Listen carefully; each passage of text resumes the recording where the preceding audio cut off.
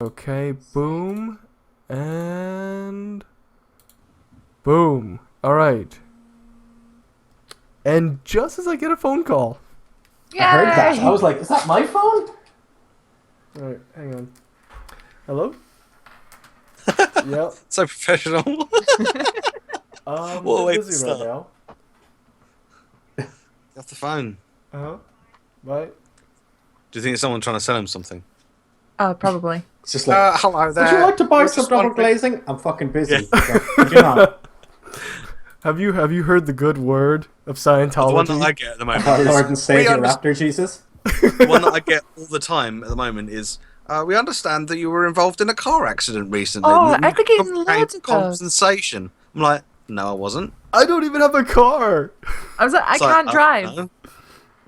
Oh my goodness. So, no, I haven't been in an accident. Oh, has someone in your family been in an accident? No. You are the worst cold reader ever. Go away. I was like, and then I always say to them, like, stop calling me because this is not going to work. And they go, oh, I'll just put you on to my supervisor. And then they just hang up. It's like, oh, okay. Bye then. Cheers.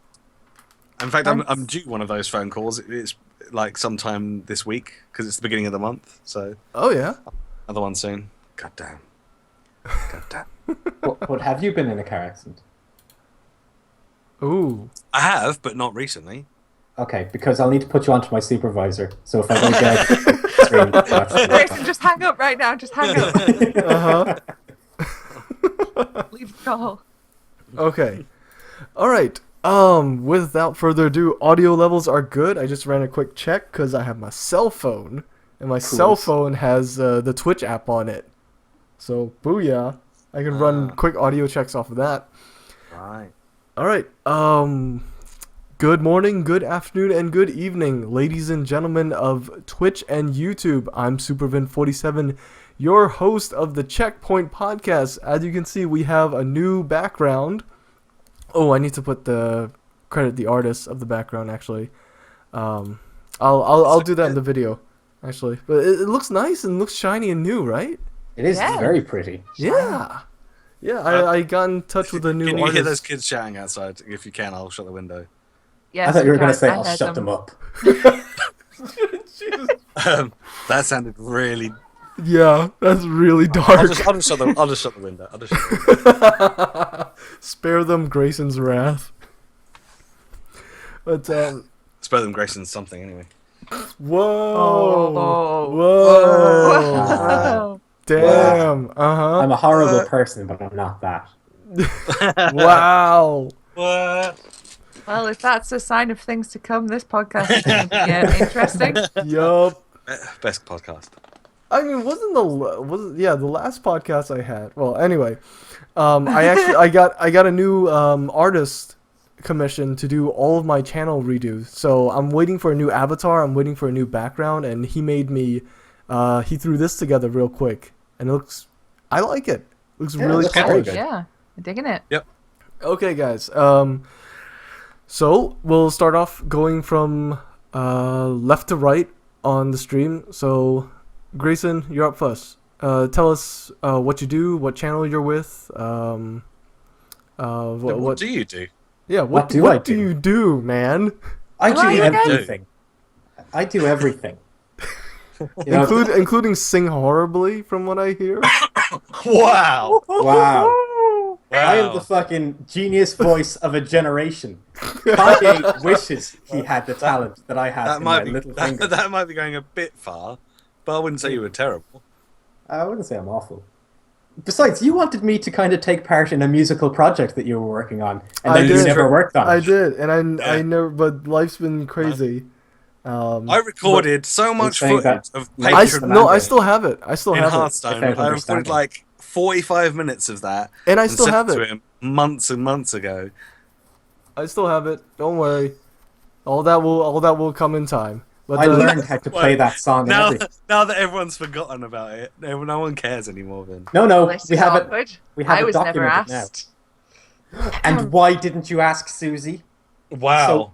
So actually, I had Susie in mind for a different project. Hey, Pip, how's it going? So I actually have. What I actually do is I just stir up shit. Yeah. You throw up shit and then you throw up shit. Yeah, I just stir it up. Vin is sassy today. So I am sassy. very. I had Sassy Vin 40. Sassy. I had like 4 hours of sleep. Okay, I had 4 hours of sleep because I was like, well, I'll get to all of my problems after. Matt, you're up. Oh, hi. I'm MattSparks.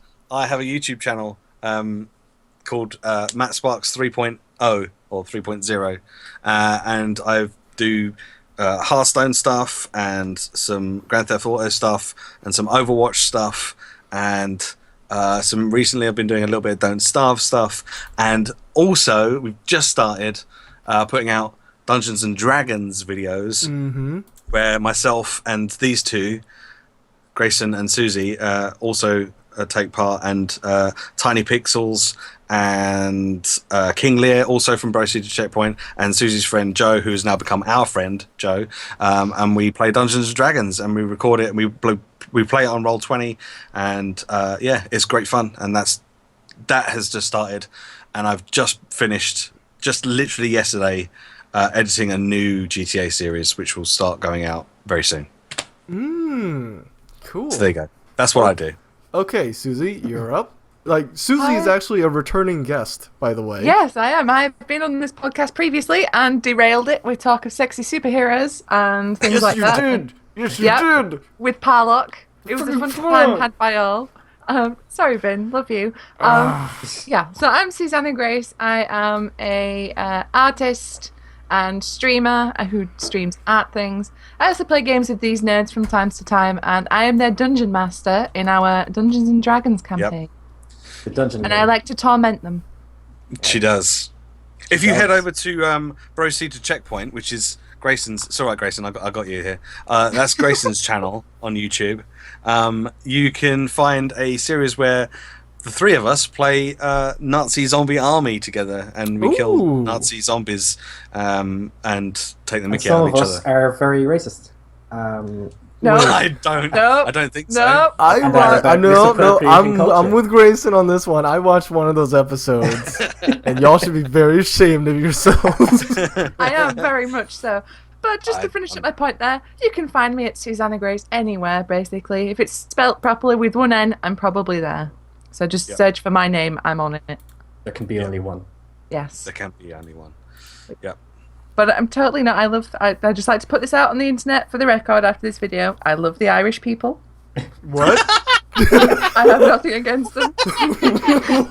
My views may be edited. What?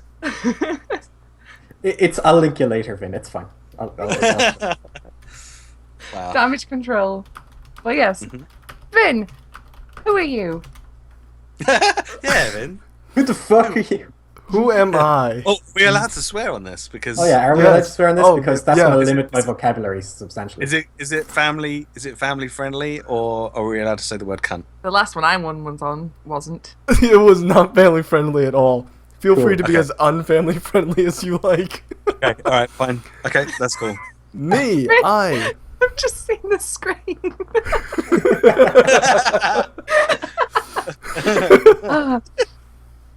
Wow. Yup. Wow. Yup. Yeah, that's happened. Yep. Yes, Vin, you were saying. Let's move on swiftly, shall we? Amazing. All right. So I'm Super Vin. I am. Oh wow. What am I? I am all over the place. I've been all over the place recently. I've just gotten back into streaming, and wow. Yep. Wow. I recently just got back to streaming and recording with my girlfriend Melissa. Everything's up in the air for me at this point, like even at this very moment, because I watched a horror movie last night called The Rite, and it's about Catholic exorcisms. So after watching that, I spent about like 2 to 3 hours just Googling just Googling demonology and exorcisms. So I got about 4 hours of sleep before I had to wake up. Knowing that you had to get up early for knowing that I had to get up. Yeah, I know. 2 podcasts. It's not even noon here. Yeah. You've had a productive day so far, my friend. Very. Yeah, Holy. But also, like, exorcisms and stuff, that's all super interesting. Mm-hmm. You know? From, like, a mental standpoint and things like that. There's actually a International Association of Exorcists that was started back in 2014. It's I was really... expecting you to say in 1775. No, this is recent. It's like 2 years ago. Is that? Oh, okay. Yep. Yeah, people still believe big time in like possession and stuff like that. Oh, it makes. Can I ask a question about this? Was it set up in America? No, that's actually, surprising. It was actually set up in Italy. That's not surprising. That was not that surprising. Guess. Yeah, that was going to be my second. Was it guess, within the Vatican? Yes. It turns out Italians take exorcisms way more seriously than Americans do. What? Yeah, they are super serious about that shit. Well, maybe it's just the gestures, like the gesturing and like with the rate at which they speak that makes it seem really important to people that don't speak Italian. Wow. Weren't you just saying? What? Weren't you just saying? That's a fair comment. No, but that is fair because Italian people do speak really, really fast and they do love to gesture. Yep. That's. I mean, it's a bit of a stereotype, but yeah. I mean, Grayson is not racist. That's correct. Or gracist, if you will. Ooh, gracist, nice. That's when we all hate you. Sorry. We're gracist. You can't be gracist. But we can be racist. Okay. Oh my god. This is style. Anyway, off to a fantastic start. Yep. Yeah, I bet you were wishing we had sexy superheroes back then. I bet you were wishing that was the case. Talking of sexy superheroes, Batman vs Superman was awful. Not seen it. I haven't seen it. I think, Matt, you're the only one of us that has seen it. I think you are. Yep. Yeah. Well, I've got a monthly subscription to my cinema, so I can go as many times as I like. For I think it's like £17 a month. Which, if you go, as long as you go at least twice, you kind of make that money back. So I got an email from them saying last year I'd saved myself about £120 from all the times I went to the cinema. So that's really good. Yeah. So I try and go as often as I can, and everyone was worried about Ben Affleck being Batman, and that was the least bad thing about that film. So, yeah, I think he did a pretty good job with what he had, but I do feel really sorry for him, especially with that video that's been going Affleck around. meme. Sad Affleck meme. It's really funny, but at the same time, I'm like, poor guy. Did you see the one that had like the Daredevil stuff spliced in as well? Yeah. Oh, link it. Like, if you guys link that in Daredevil Skype, I can throw it up on the Yeah, it was like the Rotten Tomatoes rating of Daredevil, and then like the Rotten Tomatoes rating of Batman vs Superman, and Batman vs Superman actually got a worse rating on Rotten Tomatoes, and it's just like, oh man, poor guy. Oh, this is Sad Affleck. And like he was doing really well because like Gone Girl was really good. I really like that, and like some of the stuff that he's been directing himself, I've really enjoyed. So I just hope that when it comes to him making like the his own Batman movies, that Wait, Ben Affleck is doing his own Batman movie? Yep, he's been given the go ahead. Apparently, he's writing and directing. I tell you what though, if it starts with the Waynes getting killed, I will scream.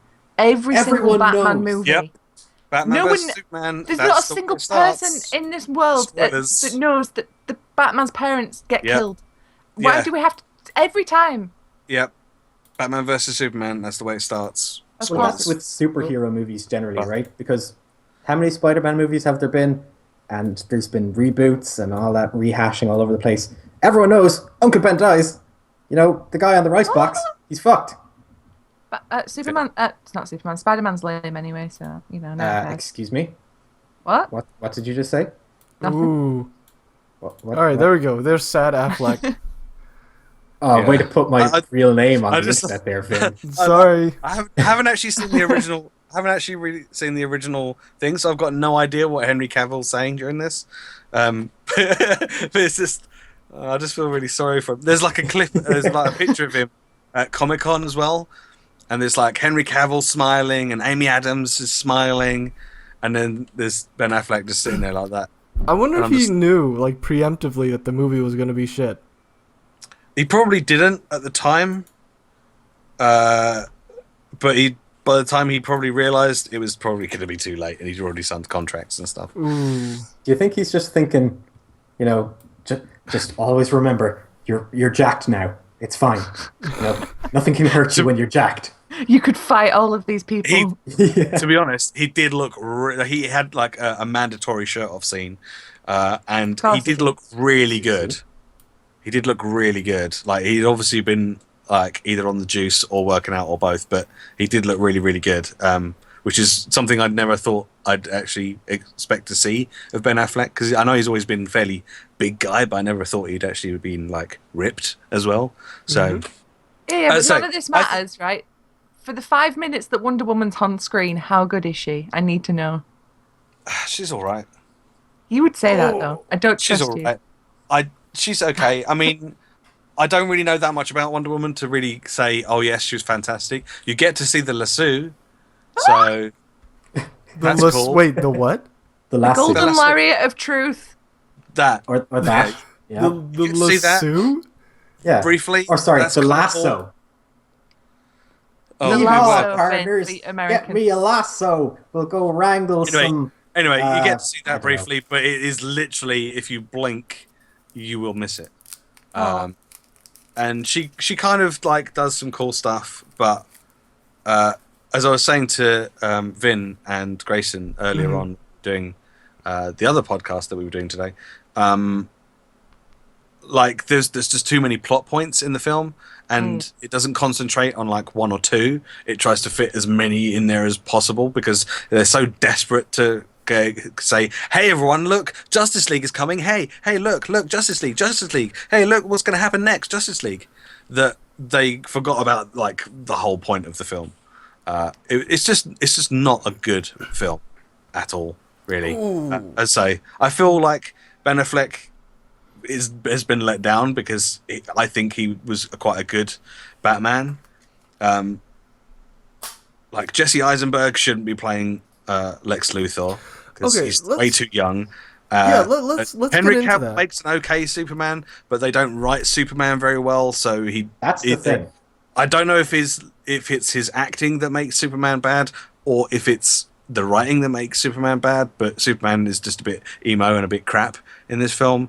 Amy Adams as Lois Lane, literally anyone could do that role because it's not written particularly great. It's just Just for the film, or just for this film. okay. Like I think it's just the way it's written. The old in the Christopher Reeve movies where he's Superman, they've never been beaten in my eyes. No, like they the very haven't. first one or two, They did it so well. even maybe three. I mean, by four it went a bit silly, but the first three of those were really, really good. And like the way that Superman had to like be Clark Kent and no one really knew, and like he had to. How is There's that Clark one Kent? scene where he's like on a double date Mhm. in one of the Superman films, and he's Superman and Clark Kent are on a double date together, and he has to kind of like quickly fly out and then come back in as Clark Kent, and then Clark Where's Kent the nearest phone goes into the bathroom, and then Superman comes back into the room and stuff like that. And I was like, this is genius. This is amazing. Like just the way that like he manages to because Superman doesn't really have any real weaknesses apart from kryptonite. So he doesn't want anyone to know who he is. So he has to deal with that, and that becomes his weakness, is just trying to like, just trying not to get caught the out. ones that he loves is his thing. And in order to do that, he has to have a secret identity. yeah, but Batman versus Superman, like it's almost like he doesn't have a secret identity because everyone seems to know who he is. It's like what the In hell? the film, in this film. Yeah. What's the How point in how that, is then? that? How is that?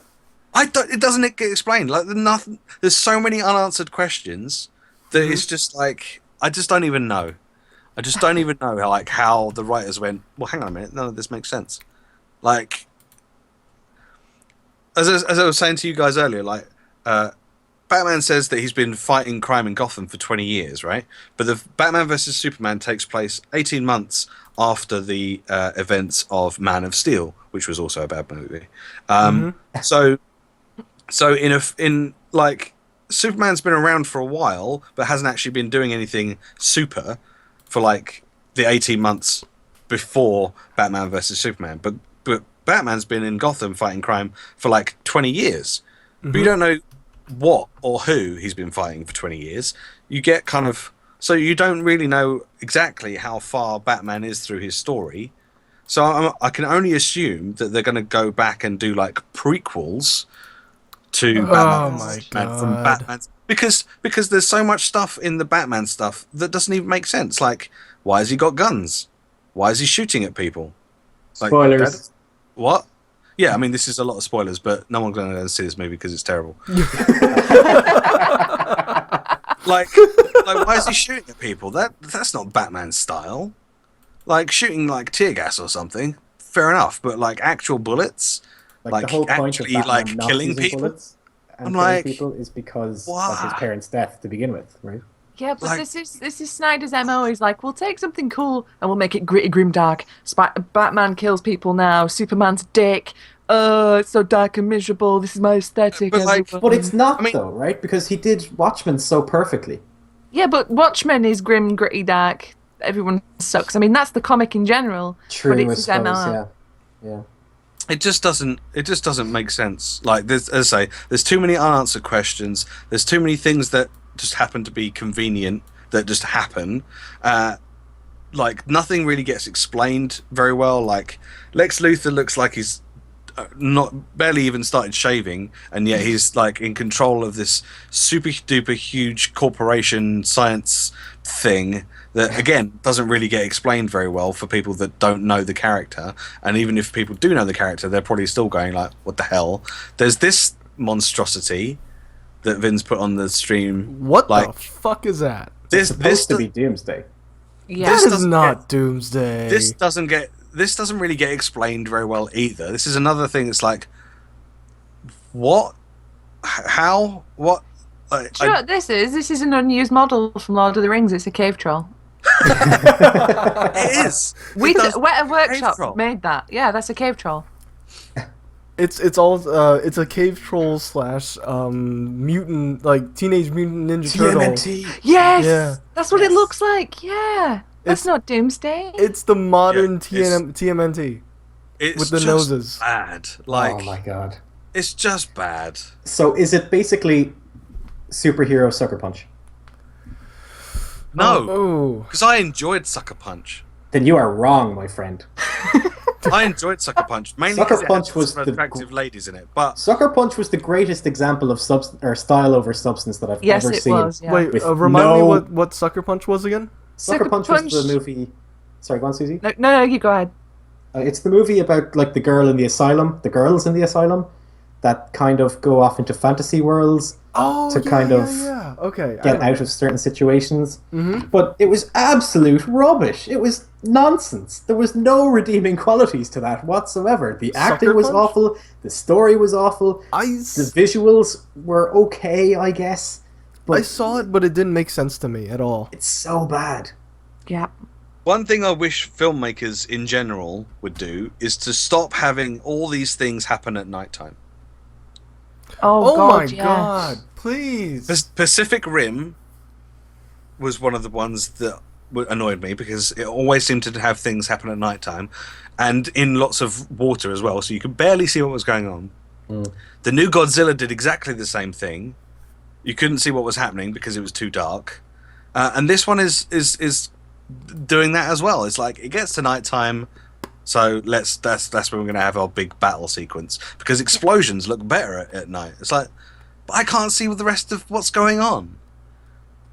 I hate that, especially when you see it at the cinema and you can't see anything. Yeah. Well, that's it.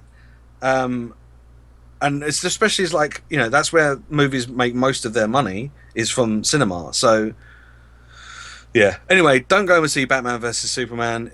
Wait until it either comes out on like Netflix or something, or rent it as some means or something like that. So it's Or better Batman versus Pooperman. Or better yet, wait for one of your friends to get it on DVD and then just borrow it so you don't actually have to pay anything. Oh, wow! That is a ringing endorsement from MattSparks. It's just bad. It's just bad. It should have been really good, and the hype made you believe it was going to be really good. It wasn't. It didn't make me believe. I was under no illusions. As I said, I'm only there for one thing. Oh yeah, no, 5 minutes. Wonder Woman. I didn't expect it to be good because I thought Man of Steel sucked balls. So I wasn't expecting this film to be good, but I was hoping if I went in with really low expectations that they would be beaten and I'd be pleasantly surprised. But I wasn't. At this stage, Suicide Squad's looking better, and that looks terrible. Oh. Yeah. Oh. Yeah.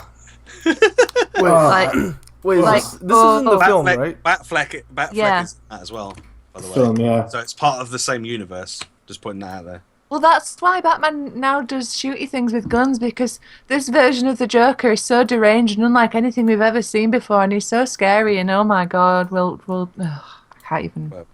Susie, thanks for finishing that off. I feel like the Ben Affleck Batman is supposed to be a combination of Dark Knight Returns, right? And the Thomas Wayne Batman from Flashpoint. Oh. Yeah, because I'm looking at... So, for those of you guys who don't know, the Thomas Wayne Batman from Flashpoint. Flashpoint is alternate reality, universe, whatever. And it's also fantastic from Batman's point of view. Yep, where Bruce Wayne is the one who dies in the alleyway, and his parents live. And his father, not having Bruce Wayne's, like, tactics and mindset... And he doesn't have his staunch, I guess, belief in justice. Yeah. That he Batman, just goes mad. Yeah, he doesn't just go mad. Like, he goes in packing. He goes, like, his intro scene is literally him, like, putting a bullet into someone. Mm-hmm. Like, he uses guns. You see Batman using guns, and it's just like, holy crap. Like, this is his brand of justice. Like, whatever he deems to be just, he'll do. Yep. So I feel like the Ben Affleck Batman is supposed to be more like that, Thomas Wayne. And I really like with regards to Flashpoint, I really like what they did with regards to the Joker from that regard. Oh, yeah, it was pretty cool. That was so awesome. So if you haven't checked out Flashpoint, like, even if you don't want to read, like, the trades or the comic book or whatever, read the Batman stuff.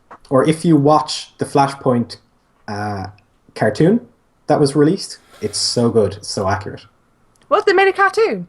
Mm-hmm. Yeah, they made a direct-to-DVD film. One. Yep. Oh, shit. I'll check that out. I actually really like it because they brought back Kevin Conroy as the voice of Batman. Mm-hmm. There is no other voice of Batman. Well, aside from the one that voiced Thomas Wayne as Batman. But yeah, they brought back Kevin Conroy. That's pretty dope. Mm-hmm. But yeah, it's so good. But Henry Cavill, he looks the part. He's just no. Yeah, they all look the part. I mean, even Gal Gadot, or however you say her name, she looked pretty good as Wonder Woman. I was doubting her because she's like, after seeing her in Fast and Furious, I was like, she's way too skinny to be Wonder Woman. But she does all right.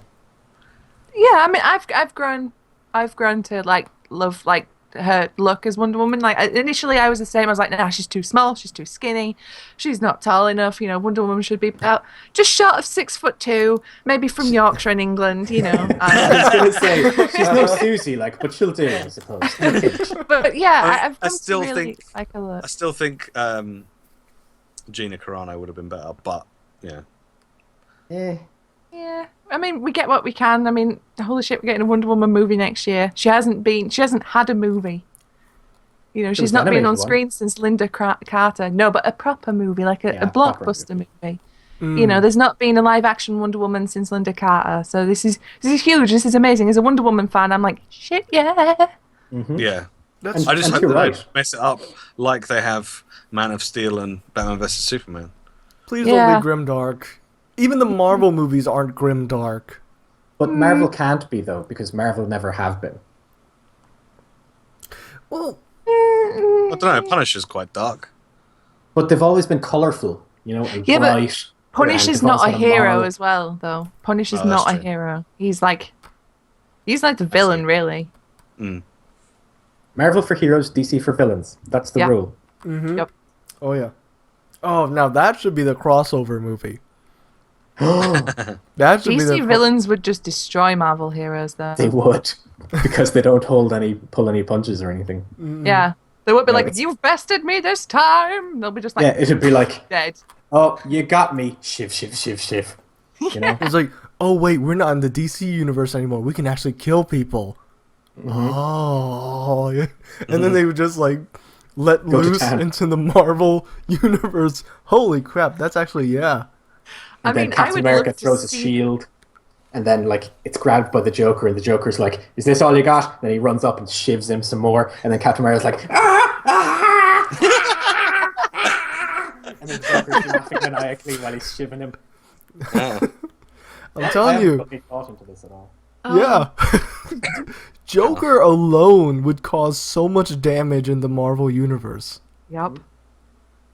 God, that'd be awesome. Man, I was just imagining Cersei from Wonder Woman up against like Doctor Strange, and she would just kill him just like that. He would just be dead. That would be amazing. I need to see that. Somebody make that. Writers, anyone, write that. Just anyone out there who's listening, make it happen. DC villains versus Marvel heroes. I would pay money. I would pay bank to see that, man. There Top was the dollar. Amalgam comics, which were super good as well. Which Batman, ones? They had like the DC Marvel kind of not crossover, but the meld. So they made like a limited run of Amalgam comics. So they crossed over Batman with Wolverine, and it became Dark Claw. And they made like Oh, yeah. Iron Lantern and Ooh. Superman and crossed over, and they made it like Super American or some crap like that, Super American. or Captain Super or crap something. Oh, Captain wow. yeah, it was- Super? What It the was so fuck? cool. It was very, very cool. Captain Super.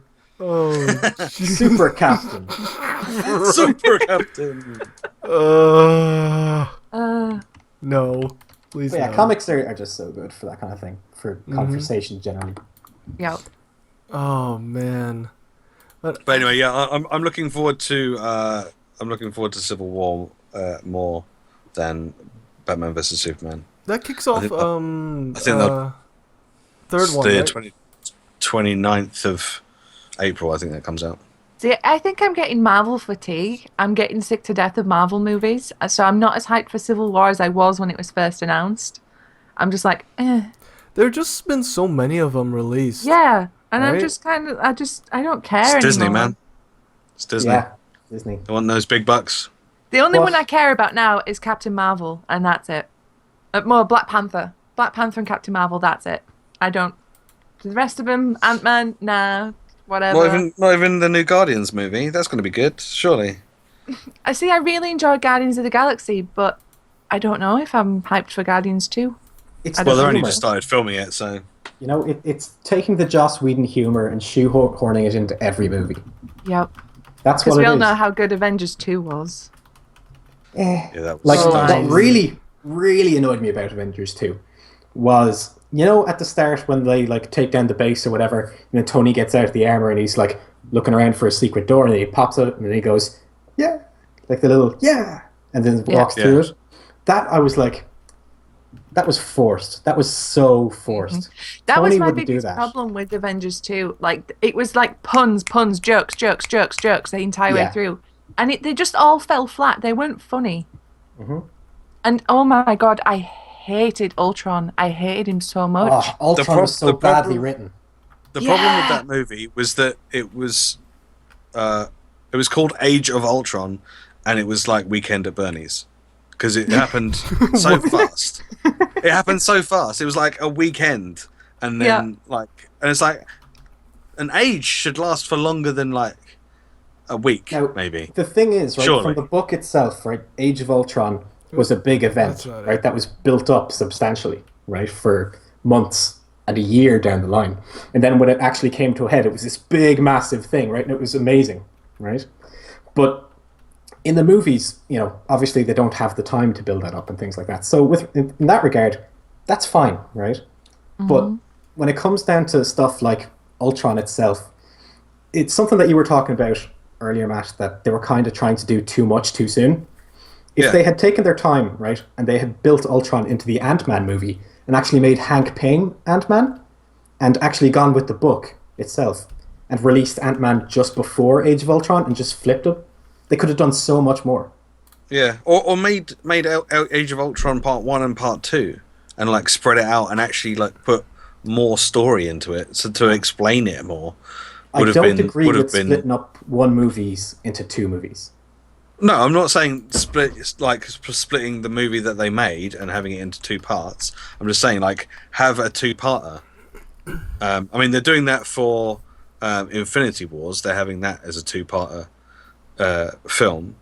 So it would have made more sense because then you could have introduced things between the two parts, like you say, like with the Ant-Man movie. You could have had the Ant-Man movie maybe come out between them, so that when the second Age of Ultron movie comes out, there's other characters that can be in terms of lore, though, you can't release the Ant-Man movie between the two Ultron movies because Ant-Man, Hank Pym, created Ultron. Oh, I see. Right. So, but not in the movieverse, not in the cinemaverse. I know. So you actually can. But Hank Pym is in the movieverse, so if they have him as a character anyway, why not just go with the comic book story? Yeah, I mean, I agree with you there, Grayson. I mean, they could have started setting up Age of Ultron in Ant-Man, like with Captain America 2. They set up Civil War from there with the whole shield thing and all that. So that was a good setup, a good lead into, without explicitly having to go, oh, we need 2 Civil War movies because we need to set up the conflict and then we need to actually have the conflict. They should have set up Ultron in Ant-Man, like Grayson said there. There's no way that, there's nothing saying that they couldn't have done that. But I don't know. Ultron was so disappointing. Like, all I'm saying is, let me make all the movie decisions, Marvel. And they'll be better. All right? That's all I'm saying. Oh, man. I remember being so hyped for Age of Ultron, but when I saw it, it really was underwhelming. Yeah. Well, it was underwhelming plot-wise, but just overwhelming action CGI-wise. Like, the thing I liked about the first... apparently they cut like a good sort of 30 to 40 minutes from the film because it's still like 2.5 hours, but they apparently cut like 30 to 40 minutes from the film just to get it down to that. And I can only assume that 30 to 40 minutes was like content, character development and plot development and stuff that actually related to the actual characters, and they just left all the action in instead. What I don't understand is why do you have that tidbit with Hawkeye and his family? Oh, Christ. Because it was the bait and switch, because everyone knew Joss Whedon was doing it, so everyone was like, oh, someone's going to die. Quick, let's give Hawkeye some backstory so it looks like he's going to die. So right at the end, when that character does die, everyone goes, oh, it wasn't Hawkeye. But I mean, like, this is spoilers for Age of Ultron if no one's seen it. What was the point in Quicksilver in that movie? What was the point?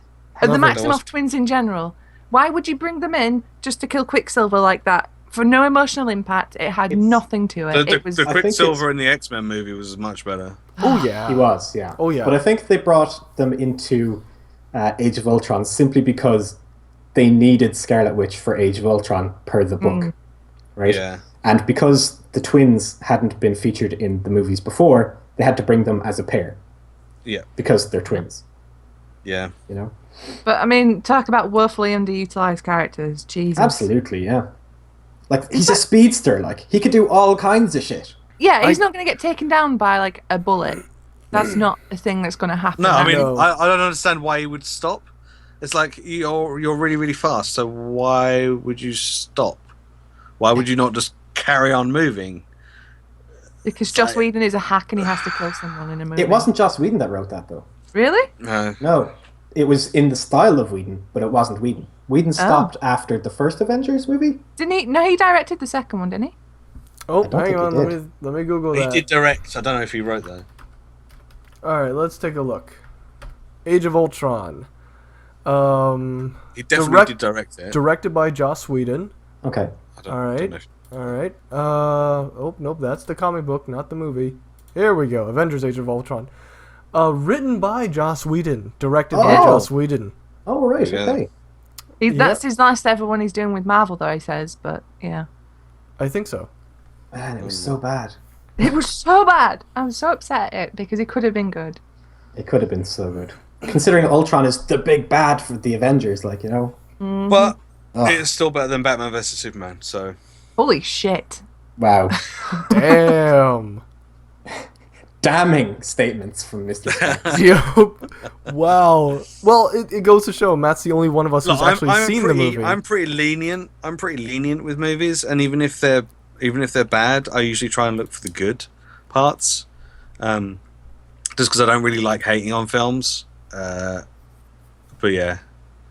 So you're saying they should bury Batman versus Superman with Thomas and Martha Wayne? Wait, the Waynes die? Spoilers! Spoilers! Yeah, it happens right at the beginning of the movie. Have you it's not like seen how the they start of open any Batman movie, Susie? It's how they Apparently open not, the movie. no, I didn't it's know. like, really? Again? We need to do this again? And then the guy that plays the comedian in The Watchmen, whose name I can't remember for some reason. He plays I know who he plays Thomas Wayne. Really? In that very, very, very small scene right at the beginning of the film. That's actually good casting. You have to know, though, if you get a script through saying Thomas or Martha Wayne, you're like, well, this is going to be a small paycheck. Nope. Like, well, I'm going to die. And then Sean Bean picks it up and he's like, yeah, all right. Unless it's the Flashpoint one. Anything, anything since Watchmen. So I think they should make a Flashpoint live action film instead of the animated one. Just have fun with it. True. Jason Momoa ripping shit apart. Yeah. Flashpoint. Yeah. Gird your loins, Susie. Oh my god. Get it. And like there was a Jason Momoa cameo in Batman vs Superman. What? Spoilers. Really? Yeah, there's a brief one of like, was the Flash, there's Aquaman, Wonder Woman, and Cyborg. I don't know. Cyborg briefly in it? I think Cyborg was very, very briefly in it to the point where everyone was like, who's that? Yes. But because I don't really know the DC universe very well, I was like, I don't know who this is. Black dude robot guy. Yeah, I know who you're talking about now. Yeah. Okay. Yes, he was in it. There were cameos of all of them because spoilers again for anyone that is really insistent on going to see this bad movie.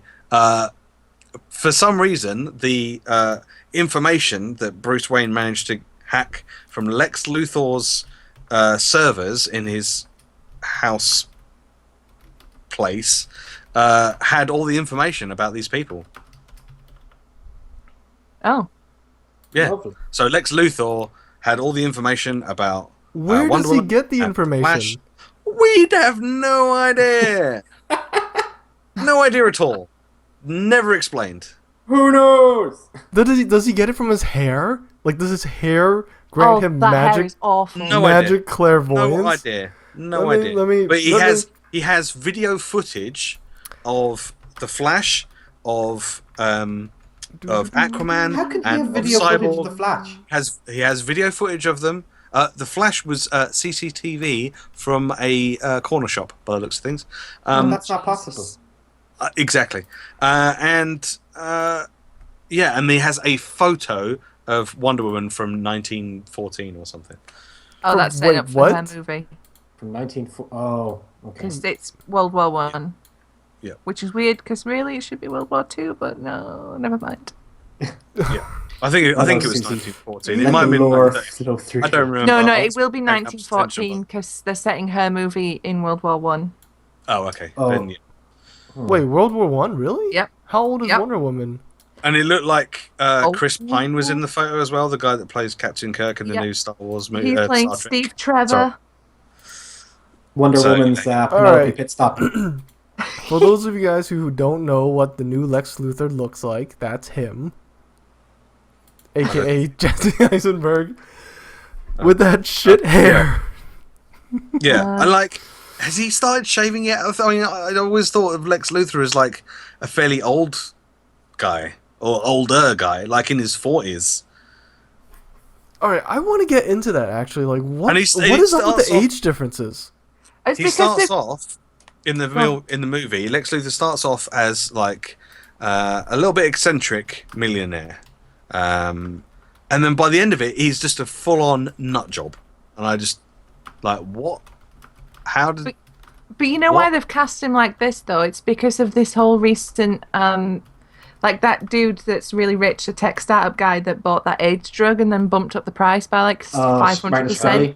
Oh yeah, Scully. That's the kind of thing they're going for, like a young tech startup with too much money and a massive ego thing. Yeah, but I mean, in the film, he says that he inherited it from his dad, so it's not like he's just he's just starting up. It's like he's just inherited it all from his dad. Well, I mean, they're kind of the same thing. $1 million. Yeah, you try to give him a small loan of $1 million. It's like no, it's just a small loan of $1 million, and I got to move to the richest city in the nation, and very humble beginnings, very humble. Yeah. He also has the best words.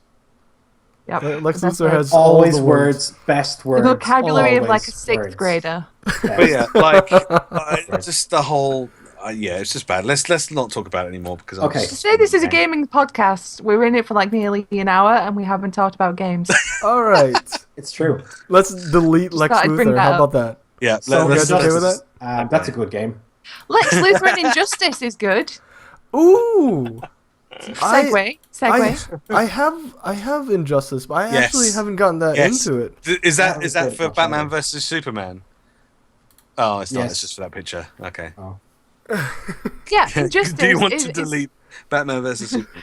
Yes. Yes. Delete. But yeah, bridging the thing back to games, Injustice is a good fighting game made by the guys that make Mortal Kombat. Although they can't model women for shit. Wonder Woman looks awful in that game, and it upsets me to my very core. Just thought I'd get out. All right, hang on. Let me pull up an image of. She has a neck like a football player.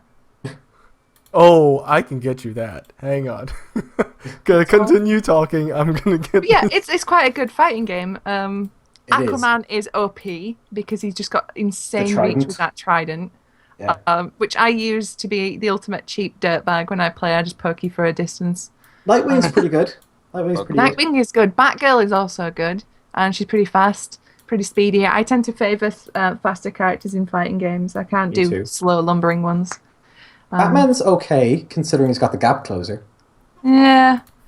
It's a bit of a dork, though. Well, that's Batman. You know? True. He's a massive nerd who's fucking ripped and will beat your head in. Yeah, mechanically it's good. The story is alright. The comic is much better. The story is amazing because it's based on the book.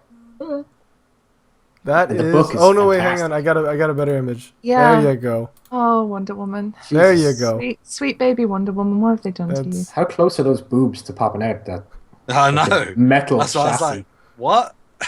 Oh. Must be awful cold. She's an Amazon. She didn't feel it. That's her doing one of her EX maneuvers. Oh, hers is super lame as well. Like, Batman calls the Batmobile to run people over. Yeah. Stuff like that. Wonder Woman just, like, lassos them, and, like, some couple of Amazons kick the shit out of them. And, then and I'm like, oh. So she doesn't even do it herself. So she calls her homies in to just, like, curb stomp people. Yeah. She looks like the hide your wife, man. Hide your kids, hide your wife. Hide your kids, hide your wife. Oh, didn't they auto-tune that? Yeah, it's so good. Oh god. Injustice came out, oh god, years ago now. 2014, I want to say. Look, Injustice. Only that recently? Yeah, like I want to say like maybe 2013. 2013, 2014. Okay, yeah. That was, oh man, NetherRealm Studios has done such a good job of keeping that game going. Yeah. Definitely, yeah. As well as the Mortal Kombat series. Mm-hmm. Except Mortal Kombat 10 or Mortal Kombat X, which is apparently they've just abandoned. I wouldn't know, I've not played it, but Really? Yeah, they're not like the PC version has just been totally abandoned. Like the netcode doesn't work and stuff like that. From what I've heard.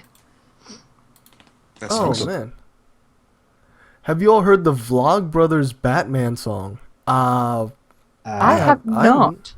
I haven't. First of all, who are the Vlogbrothers? I was about to say the same thing. I've never even heard of the Vlogbrothers. Who are they? I don't know. I'm going to go out on a whim and say that they're probably brothers that make videos Vlogs. about themselves. So they make Video vlogs, logs. Yeah. You're talking crazy talk, Matthew. That's insane. I mean, how could you draw such conclusions? Yeah. It's just Crazy. a stab in the dark. That is probably true. Mortal Kombat X is the sequel to Mortal Kombat, right? Mortal Kombat, right? It's The Xbox 360, yes. A Mortal Kombat. Yeah, it's Mortal Kombat X is just a sequel to Mortal Kombat, right? Yeah, the it is. reboot. John Hank Green on YouTube, Crash Course Science Show. Literally no idea of the words. I understand the Jonathan words. Green. I see. Oh, you know him by name? One of which I believe, I can't remember if it's John or Hank, is a writer. Ah. Big online presence with teen fiction. Ooh. Oh, so that's how you know. So Susie knows all about teen fiction. Dude, guys. Wait, what? Okay. You were aware I have a Tumblr account, right? Yeah. Yeah.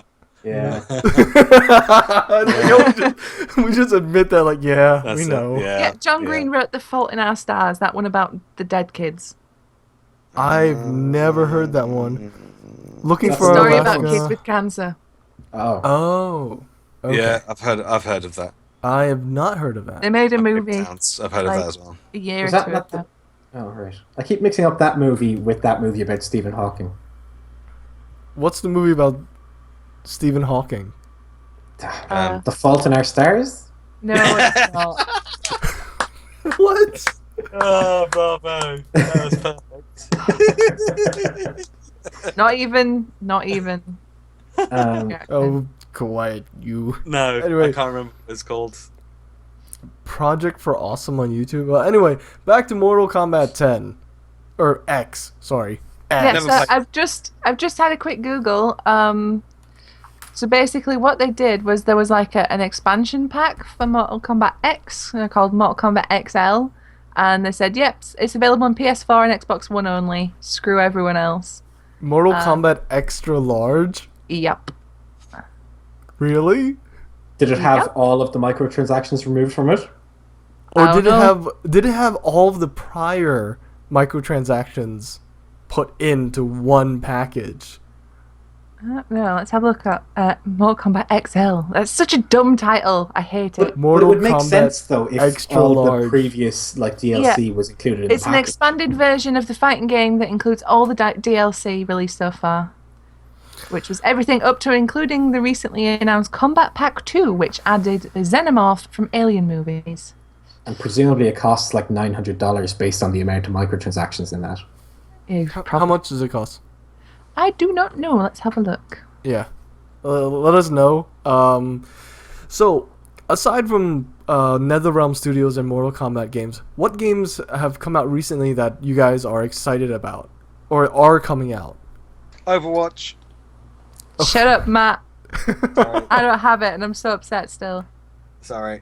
I've been playing the beta, and it's a lot of fun. Oh, I have not played Overwatch since the last time I was in the beta, and I didn't much care for it. I thought Paladins was a better game. I liked the art style and how fast Overwatch is compared to other. It's not even a MOBA, is it? It's No. it's first person shooter. Yeah, Yep. it's objective-based FPS. Yeah, Yeah. It's like a fancier Team Fortress 2. All right? Except you can switch out characters. Like Team Fortress 2 is, say, the skeleton model of it. You have Yeah, I two guess so. teams, I mean, and you're pushing an I mean- objective, right? yeah, it's obvious to draw comparisons between the two because they do have similarities. Like, there's Payload, which most people will have played for the very first time whilst playing Team Fortress 2. So there's similarities in game modes, and obviously you've got different classes like you do in Team Fortress 2, but that's about where the similarities end, I think. Like the art style is very different. The art style is very different. The general mechanics are very different, and just the general stuff in the game is different. I mean, yes, there's sprays, but Oh, there are sprays in tons of games. Yeah. You don't have to worry about that. I would say the pacing is different as well in Overwatch to TF2. It's faster.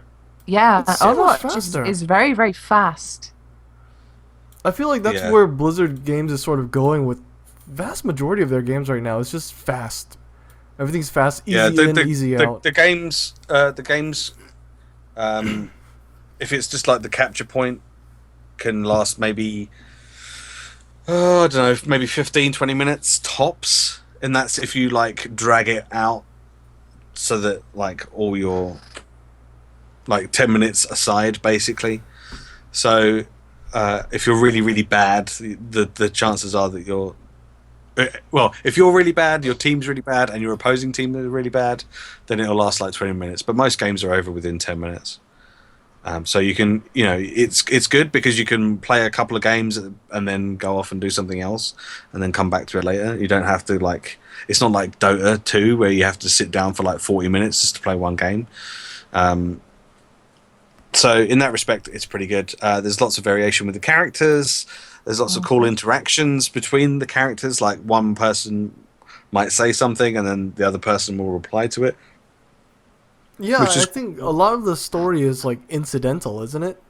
Yeah, pretty much. I mean, they just released a couple of weeks ago a animated short, which was just amazing, all to do with Winston. I think it was called Recall, and it's like a Pixar animation. It's fantastic. It's so good. And Blizzard have always done really, really good animations and stuff for all of their games, and they're just doing that again for Overwatch, and it's just really, really good. I'm really enjoying the pace of it.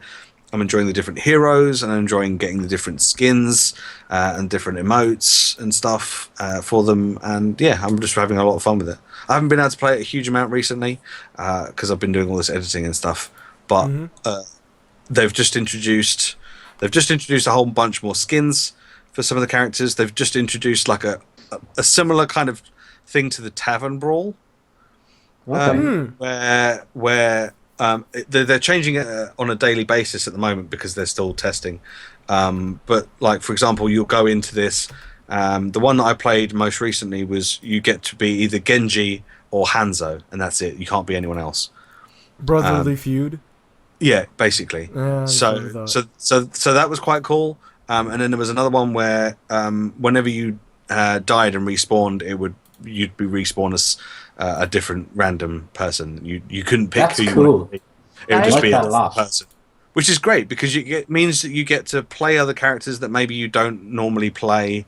You get to learn those characters and how to play those characters. You learn their strengths and their weaknesses, which can only be good because the game is built around changing the heroes that you play in order to counter what your enemy team is doing. There's so many times I've played the game where they'll have maybe a turret set up and maybe the Bastion in its turret form as well, defending something, and people just keep running in blindly, just getting killed over and over and over again. I'm like, why is no one changing? The whole point of this game is that you change to a hero to counteract what the enemy team is doing so that you can move forward. But I think people are still stuck in this mindset of playing first-person shooters where they're just this is my loadout and this is what I'm sticking with until the end of the game. And it's don't do that. Just change and be something different. So, yeah. Well, it's something that Battlefield players have been doing for long enough, you know what I mean? To kind of help the squad as opposed to just playing an FPS like Call of Duty.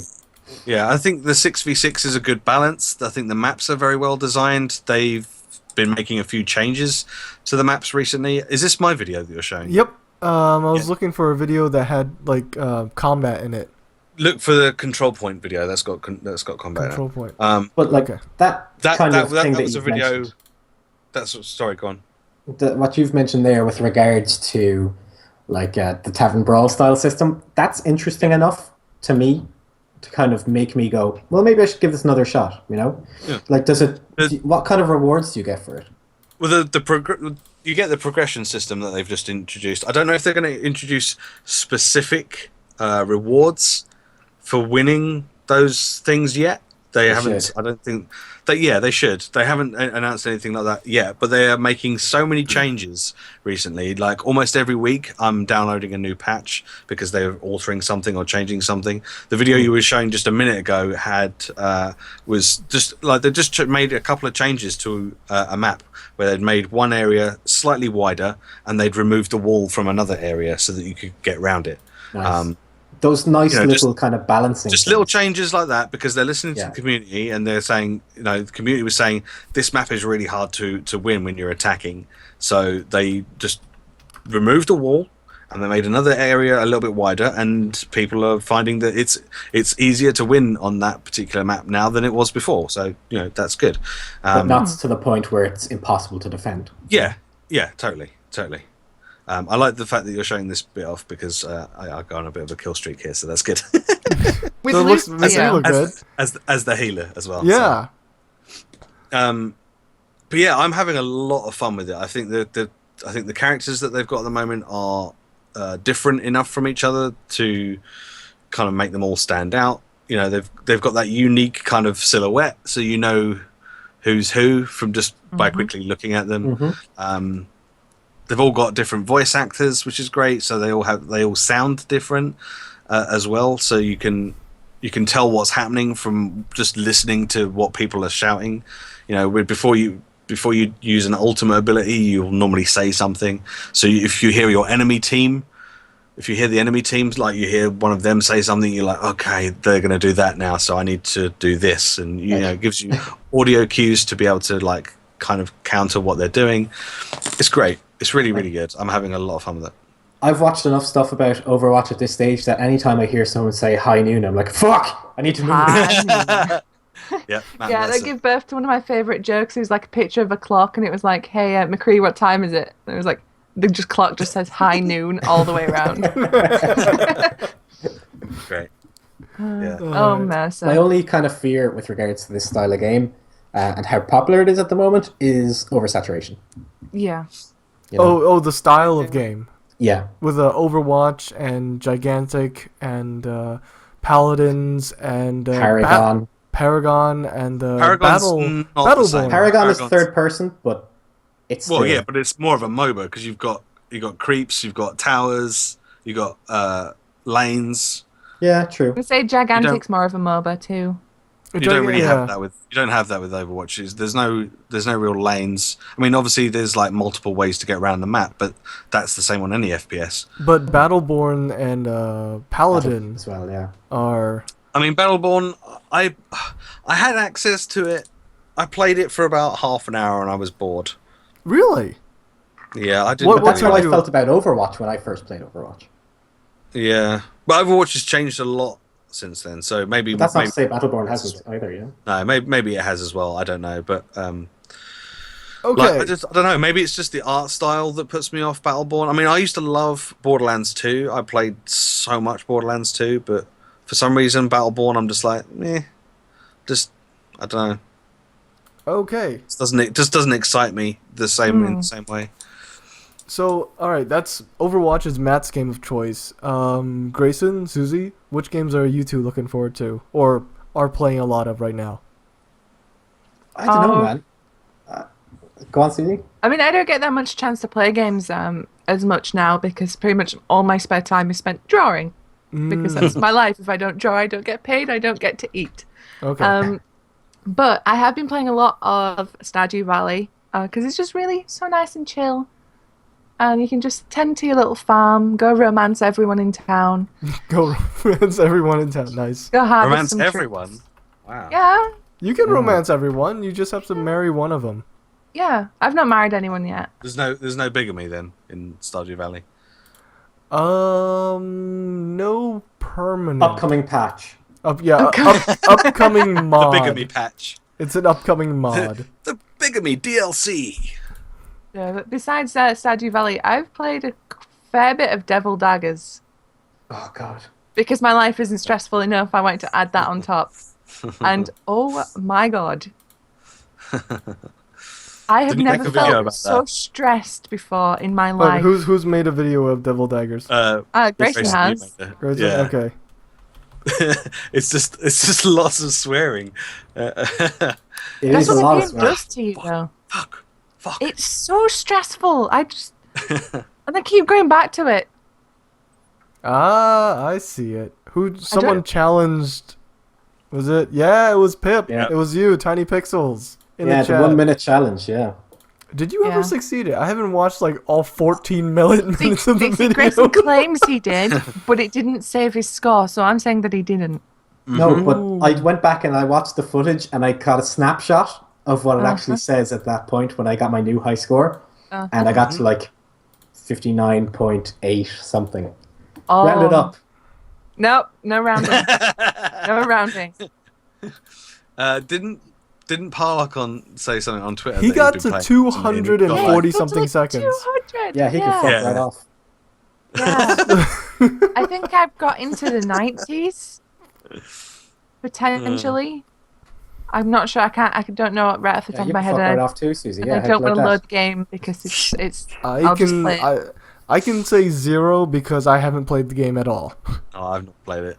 But I will say this: when I played it, I didn't know you could hold down the left. Yeah, you were just clicking the left entire mouse way. Right? You didn't try? I think I did at one stage, but yeah. So I didn't know that there's a constant fire button. Yeah. And, so Grayson's video, besides him swearing, you can just say click, click, click, click, click, click, click, click. But I did really well with the handicap. Considering, yeah, you did pretty well considering like you just weren't. that- Do the I'm my own skulls handicap. intentionally come after you, or Yes, do they they just? do. Yeah, They they do. chase you, and they move faster than you, so you can't just circle strafe them forever. You have to deal with them at some point. So you've got the skulls bouncing after you. The towers continually spawn new ones. Yeah. Then you get this like spider douche around the edges who summons like tiny spiders on the ground. And I Then was creeped the fuck out by it so many times. after a while, this giant ass worm appears out of nowhere.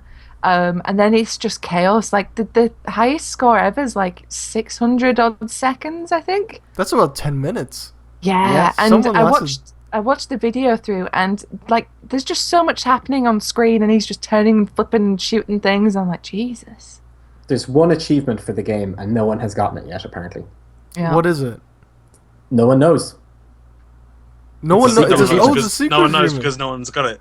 Yeah, Yep. no one's good enough. It's one of those like locked secret achievements that you'll only get once you've done it. Presumably, Yeah, it's like survive an hour or some crap Oh like that. Jesus! Could you imagine that?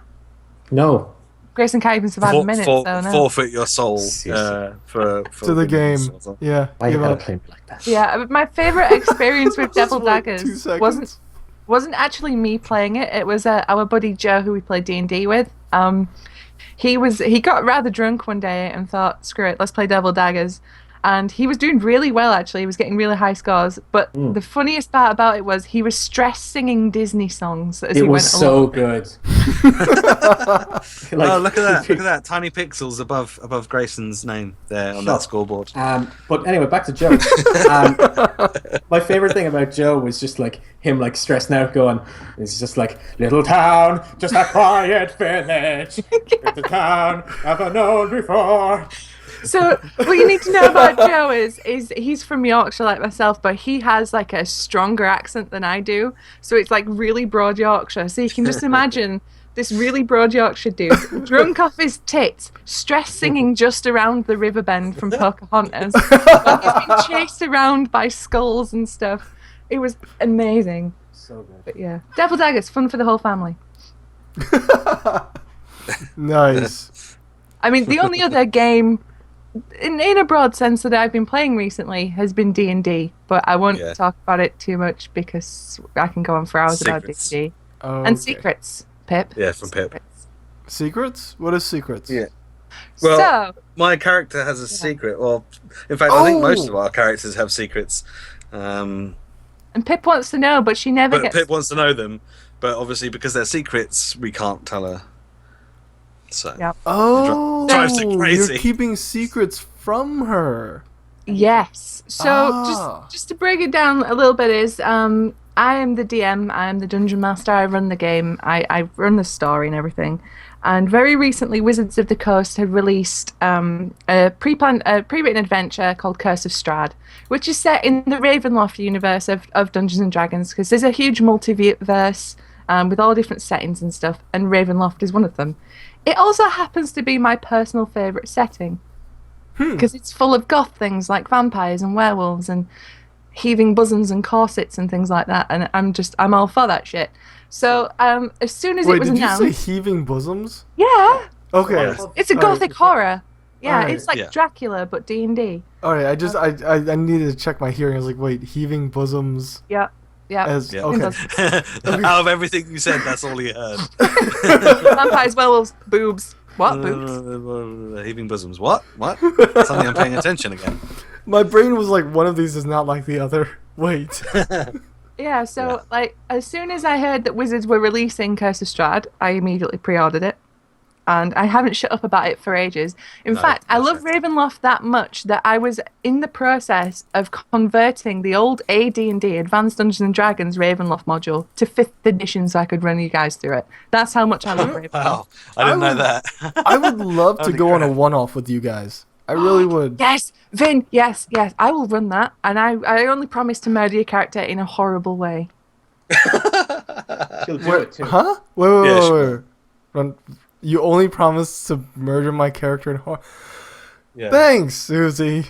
Thanks. You know the way No. you watched that horrible film like last night and couldn't sleep because of it. Oh my god, if you kill off my character by like demonic possession, which could happen in Ravenloft, not gonna lie, that could happen. Oh my god. Or you could end up being a thrall, a servant of Strahd von Zarovich, who is my personal bae, and main villain of Curse of Strahd. Yeah. You alright there, Grayson? Yeah, right. Yeah. He's cursed. He's cursed by Strahd. Yeah, so I don't even know where I was. Yeah, one off. Yeah, I'm currently running these guys through a one shot, which is set in the Ravenloft universe, and they're having a really happy, fun time. I doubt it's not that. happy or fun. Yeah, the best thing about it was it is fun, but it's not happy. The best thing about it was, though, before I ended up running them through this adventure, you're all happy and joking in the Skype chat, like shit posting memes about like the Count from Sesame Street and stuff like that.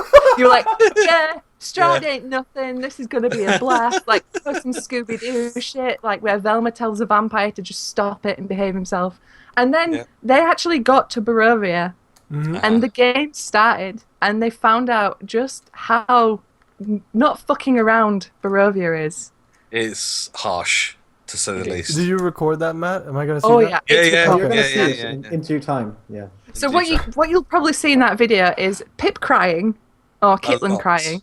Everyone there with faces like, oh shit, she's crying, what do we do? Yeah, and then me sat in the corner with the biggest shit-eating grin on my face, trying not to laugh. What did you do? Susie, what did you do? You'll have to watch it and find out. See, I want to talk about it, but spoilers, but oh my god. These few sessions have been my absolute favourite times playing D&D. I would wake up early in the morning to get in a one-off with you guys. Not that We wouldn't early. have to get up that early. No. But yeah, seriously, we need to get Vin in. You could be a guest. A guest? I'm open to having guests. Be our guest. Be our guest. I'm not stressed at all. I mean, Vin, you've got no qualms about creating a character, getting attached to them, and then having that character brutally murdered, right?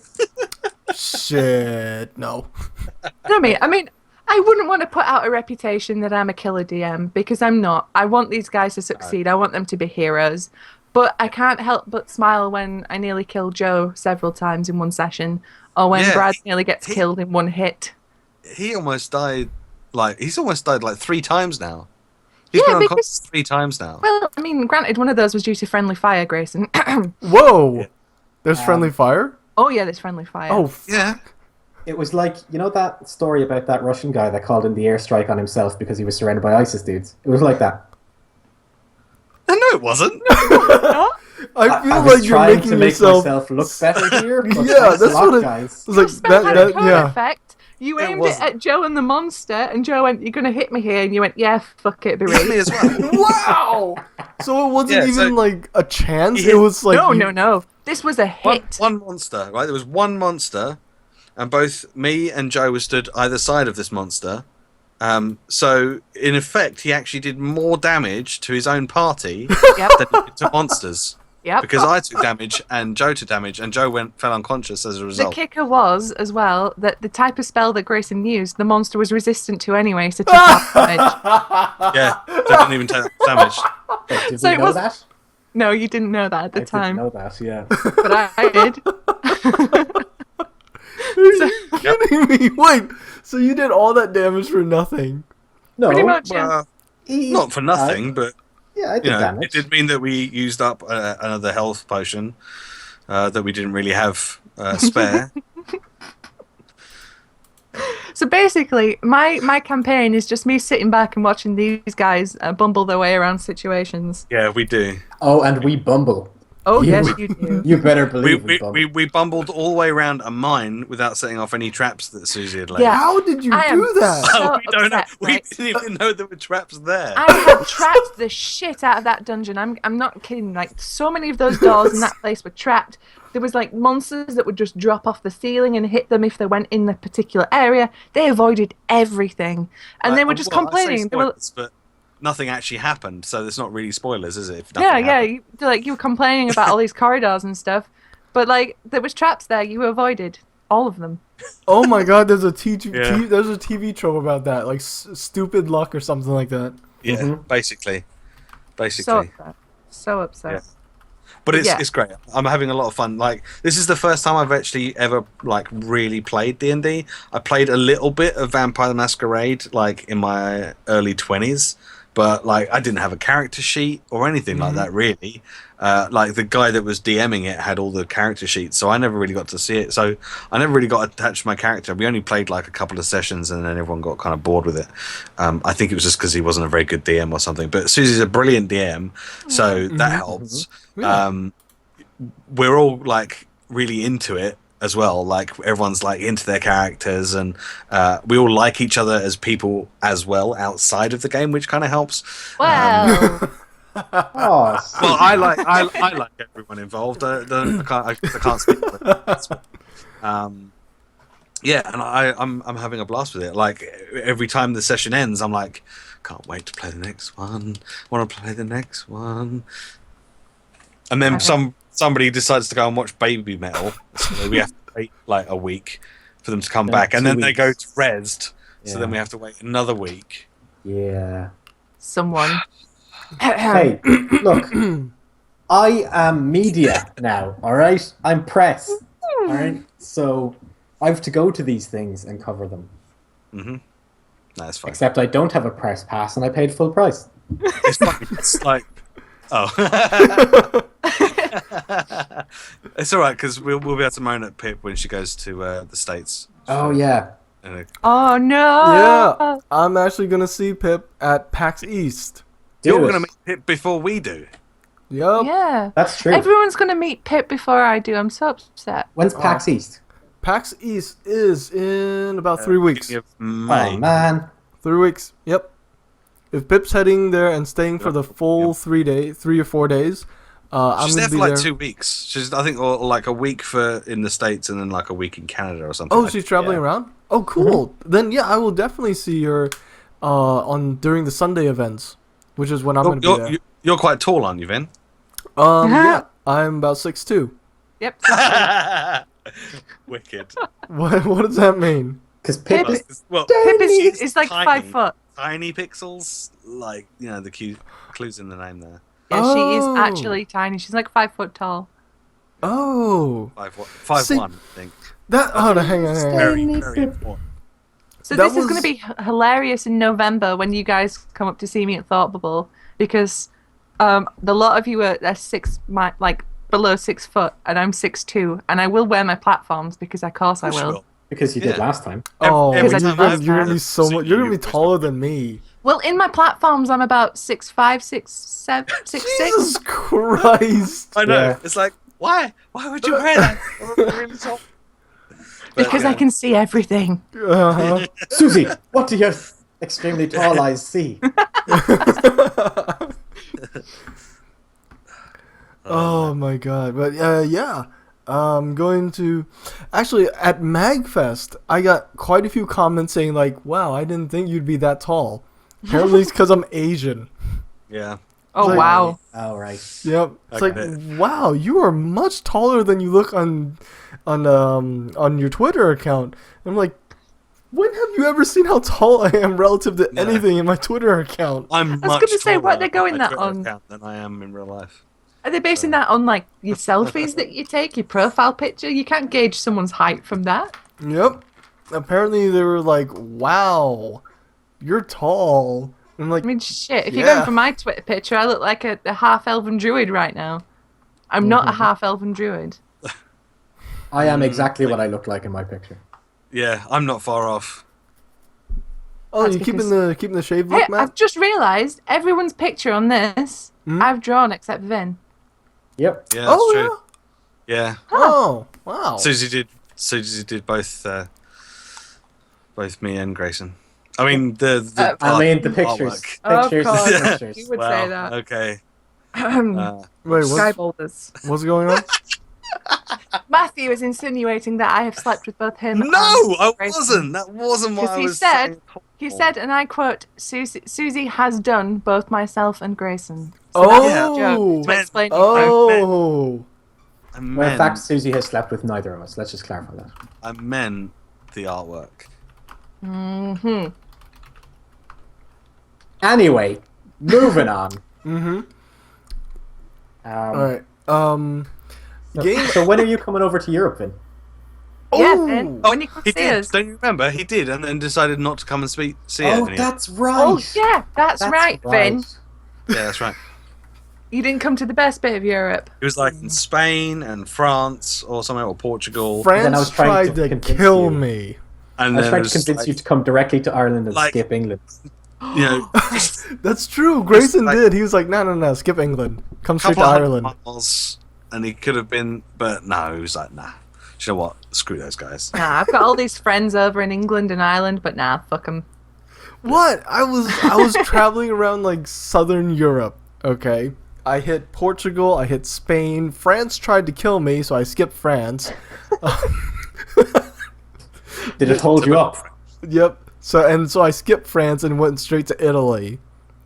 But yeah, I think as soon as I get a new job, I might actually make some plans, save up some vacation days, and take a tour. Bring Melissa along. We're actually looking forward to traveling around Europe. Based on what I know about vacation days in the States, it might be better for us to go over there. I was gonna say, yeah. Probably, yeah, probably. It would be faster. Road Really? trip. Yeah. Road trip. Uh, Oh god, America isn't ready for us. Imagine if we three just descended on America. I've been many times, and you're right, they aren't ready. He keeps going back to check. Are you ready yet? You ready Oh, yet? You're not. You're No. not. Okay, I'll go. I'll go back. I'm gonna bring some friends this time. Are you still ready? No. No! Go away. We're not even ready for you, let alone your friends. Yup. Oh my god. So, a game I'm looking for that actually came out that I was really looking forward to was Hyper Light Drifter. Oh, I've heard of this, but I've You not guys- seen Yeah. any footage of it.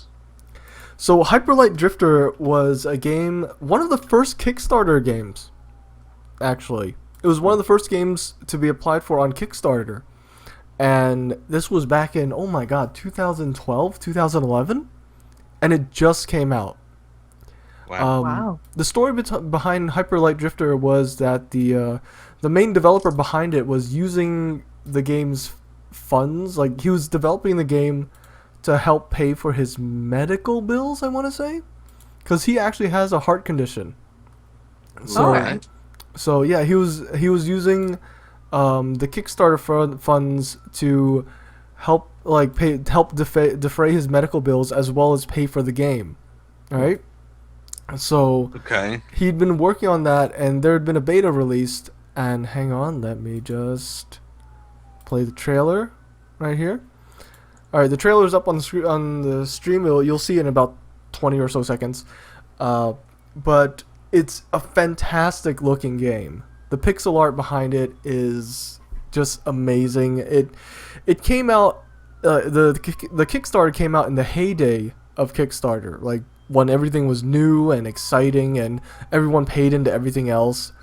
But this is the end product. And I'm really, like, I have my key. It's sitting for me in Steam. I haven't gotten around to it because I don't have time for anything nowadays with, like, jobs and moving and stuff like that. But this looks a lot like Titan Souls. Yeah, it does, yeah. It does, but I guess it's obviously a different game. Mm-hmm. Yeah, it looks, in terms of the art style and things like that, it looks an awful lot like It Titan also Souls. reminds me of that one with the girl Viking. I can't remember what it's called. Jotun. Jotun, that's it. Yeah. Yeah. Yeah. Yeah, the color palette is gorgeous. It is very pretty. Mm-hmm.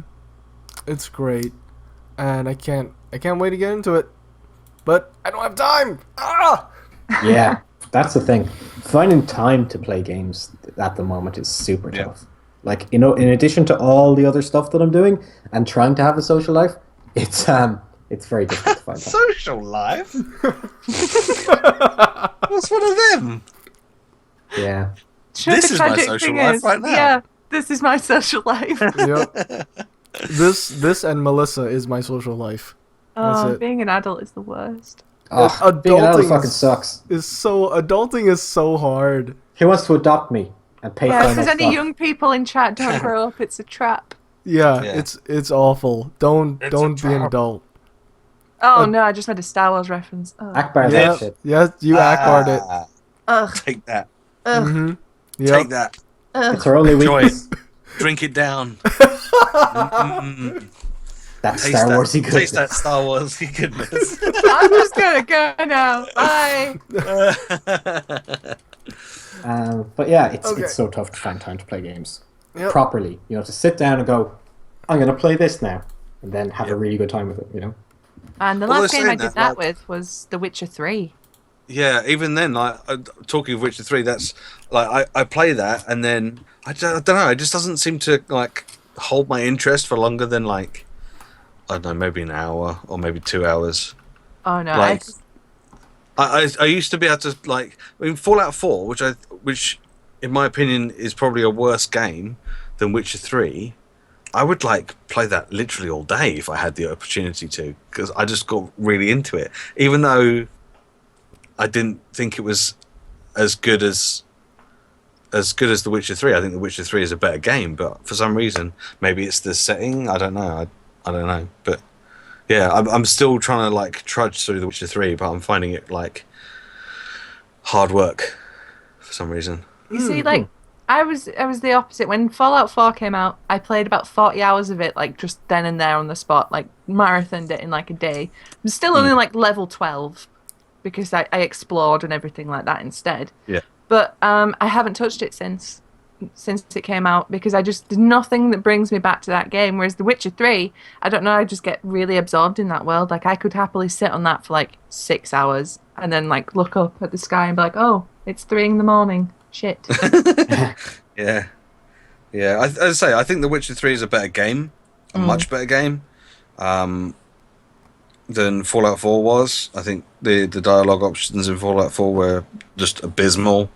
I feel like the base building was just a distraction to make you play the game for longer, but didn't really have any bearing. The repeatable quests were just annoying as hell. It's like, Oof. oh, I hear there's another settlement that needs your help. It's like, I don't care about these freaking settlements anymore. You know how let down we were about Age of Ultron? That's how I feel about Fallout 4. Ooh. That same level of disappointment. Sick Because burn. Yeah. I played the shit out of Fallout 3, all the DLCs, everything like that. I enjoyed that so much. Fallout 4 comes along, and it just felt empty. Like, the shell was there, but there was no... Well, it's like Skyrim, wasn't substance. it? I mean, Skyrim was like, look at this beautiful world where nothing that you do matters. Yep. And that's the theme song for real life too. Oh my god. That's wow. Yep. Oh man. Yep. That's brought me right back down again. Yeah, someone pass me the whiskey. I need a shot. Yeah. We should do this live sometime. We should do this live together, and there will literally be a bottle of whiskey and brandy and whatever. Bring your own drink. Sweet. I've got Jägermeister it is. It's just us getting steadily more drunk while Matt's there drinking his tea. And then we're like, you see, with the problem with the vegetables, we need more vegetables, right? But it's true though, like Skyrim. You go to that. Is it Whiterun? Is that the first place? It is. Yeah. And like the magician guy that's with the Jarl, he's like, oh, you should go to the college, the Wizards College. Oh, it's great. So you go there, and then you become the headmaster. And then you go back, and he's like, oh, you should go to the Wizards College. It's like, dude, I'm the headmaster of the Wizards College. How do you not know about this? It's like, you're a wizard. You should know who the headmaster is. Like, it's not that far away. I'm your fucking boss now, man. It's like, I'm the headmaster of the... Like, why don't you... Oh, forget it. It's like, I'm your boss's boss. Why do you keep telling me to go back there? I know, it's like... It's because he doesn't know who you are, because it's such a big company, and, you don't recognize people. Several tiers above. Yeah, Fallout 4 was a bit like that as well. It's just like I'm gonna go to this place, and I'm gonna help this settlement, and then like you come back and you hand the question, and then it's like, someone's been kidnapped. It's like, how have they been kidnapped? How have they been kidnapped? Tell me, how have they been kidnapped? You know if they've how... walked off and they've been kidnapped, then that's their own bloody fault. Because I've come to this settlement. I've built defenses and beds and farms. You literally don't need to leave the settlement for anything. So how have you got? Wow, all right. And like sometimes it'll be people that I've like set to like guard places, and I've given them like really good armor and really good weaponry. And I'm like, how the hell have you got captured by these like crappy bandits? You sound like an uppity warlord that's just so disappointed. It's like, how did you get captured? I'm the warlord. It just doesn't make any sense to me at all. I'm just like, do you know what? It's like, if you got captured, screw you. Tough shit. Exactly. You sound like the You know how I call you guys murder hobos in D&D?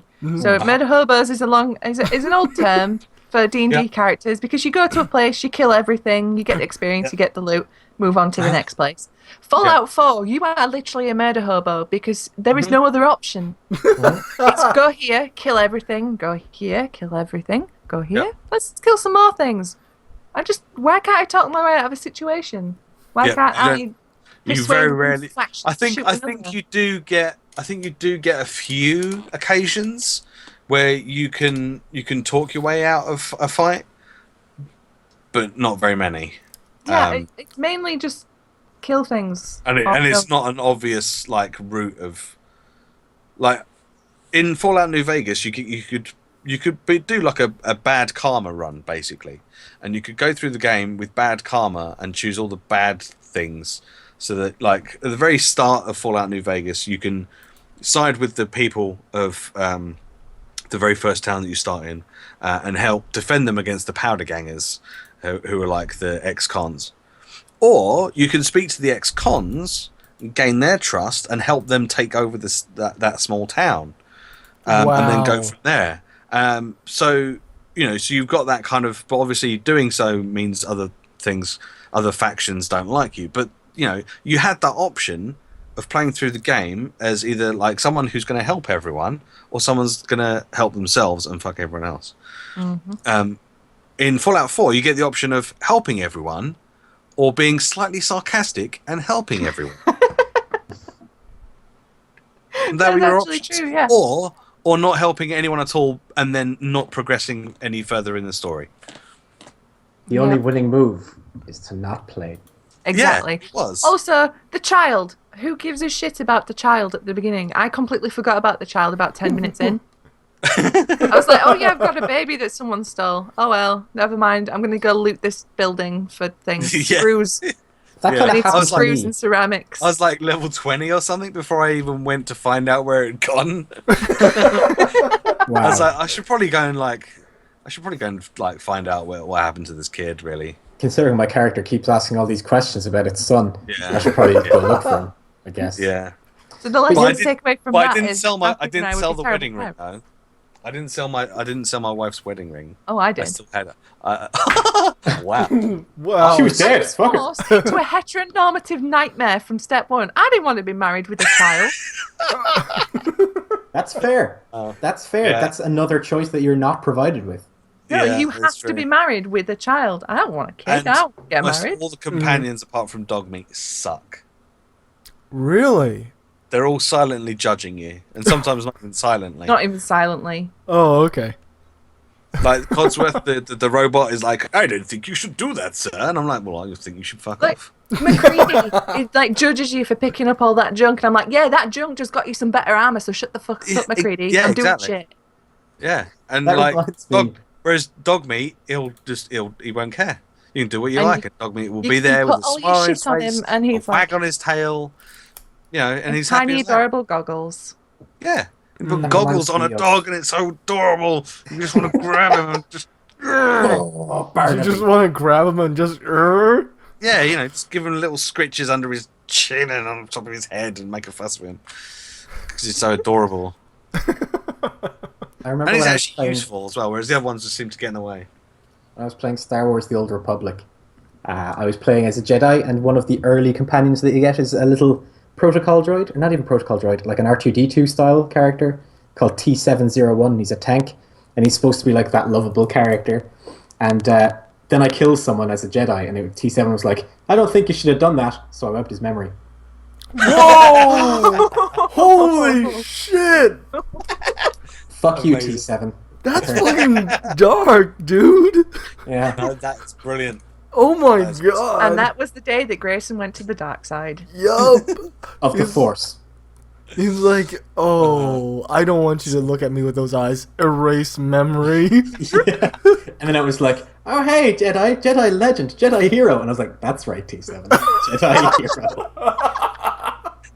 That's so dark. Holy shit, dude. That's so I love that that's an option they've given you in game, you know? That is some true dark side shit. That's good. That's some true manipulative dark side shit right there. Props to you, Grayson. Thanks, man. Appreciate that. Yeah. Holy crap. But yeah, like the new Fallout 4 expansion's out, and I have no interest in playing it. I've known. Whereas, like, New Vegas, I think I played all of the DLC for New Vegas. In fact, I don't think I have played all of it. I think I keep getting like most of the way through. I every so often I'll just install it and then play through one of the DLC, and then stop and then go back to it like a few months later and play again. I've played most of the DLC for that though, but I've played that game so many times. So good. You can only release DLC for a game if the game is good. If you release an expansion, you're just expanding on shit. You know? If the game itself is shit. Yep. Yeah. But the thing is, it did really well, and it won a lot of Game of the Year awards, even though it wasn't really very good. So, people obviously just love that Fallout 4. Well, that was Yeah. it. It was because it's so Fallout long was so hyped. anticipated. Yeah. So hyped. Holy crap. It's Yeah. I mean, I enjoyed what I played, but it just wasn't. It wasn't as good as what I was hoping it was going to be. Yeah, I don't think it would ever truly live up to the hype, though. I mean, it's been that anticipated for so long. It's got that much Half-Life like a 3. yeah. Oh, Half-Life 3 is going to be shit if It's it ever never gonna comes be out nice. at all. It's never It, going but to if be. it can did- never come out now. If it did, it would be rubbish. It would never be as good as anybody wanted. It's the Chinese democracy of games. What? 14 years later. Yes, the Chinese democracy is like the legendary album released by Guns N' Roses. was 14 years in the making. Yeah, and Something like that, yep. never made its money back because of how long it was in the making. And then when it was released, people were like, that's a load of bollocks. Because it was. Because it was. A load of bollocks. Yeah. One of my mates was driving along, and after the CD had finished, he just lowered his car window, hit the eject button on his stereo, and flung it out the window, raised his window again, and kept driving. Ow! That's amazing, but not because littering is bad, but... Yeah. Well, it was a good gesture. Mm-hmm. Yeah. Holy shit. Yeah. That's...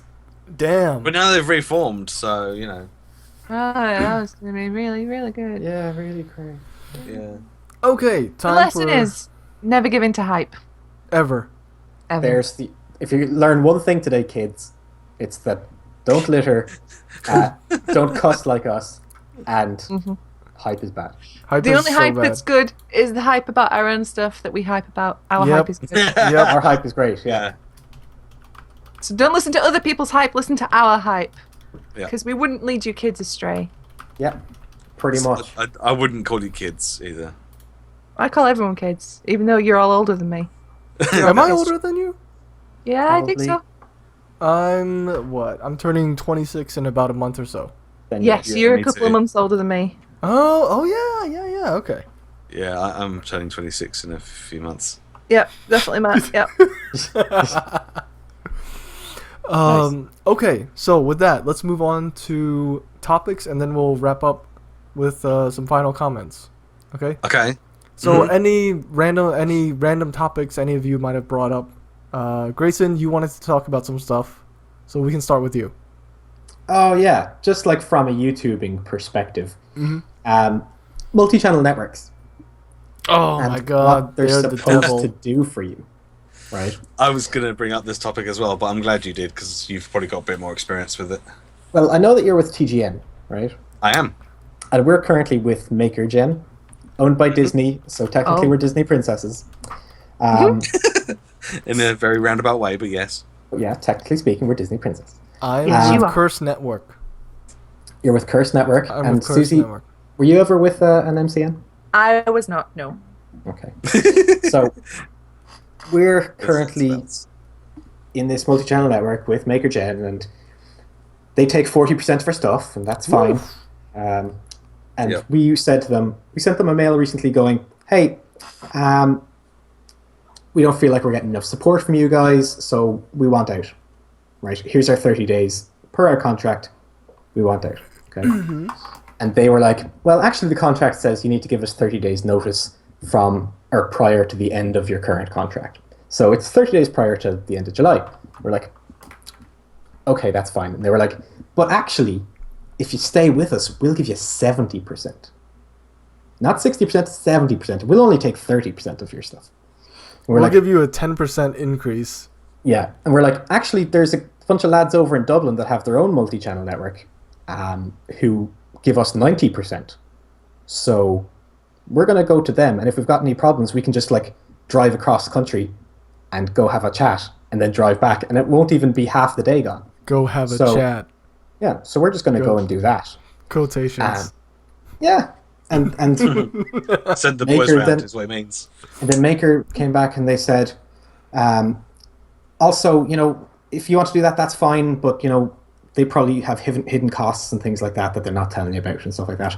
Also, you know, you need to give us 30 days prior to the end of your contract. Exactly. And we were like,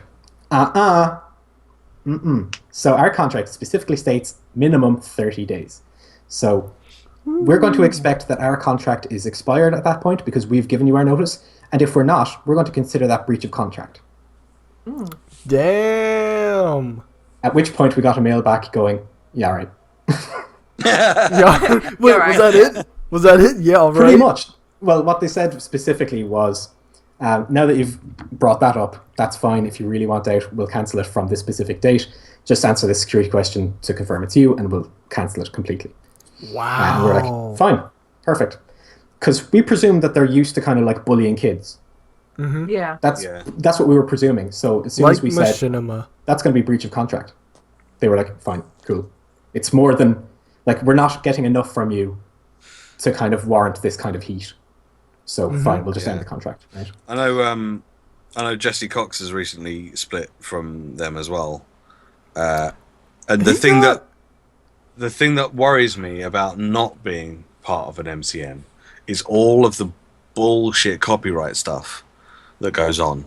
Because, like when I started my very first channel, I was very inexperienced and very naive and didn't really know exactly what I was doing. And I would just record stuff and then I would cut it into chunks and then I'd upload it with very little editing. And I did like what a billion other channels on YouTube has done. I was doing a Skyrim playthrough. And I was getting like claims because I got the opportunity to monetize my videos and I was like, awesome, this is cool. Yep. And this was directly from YouTube. It wasn't part of a partnership or anything.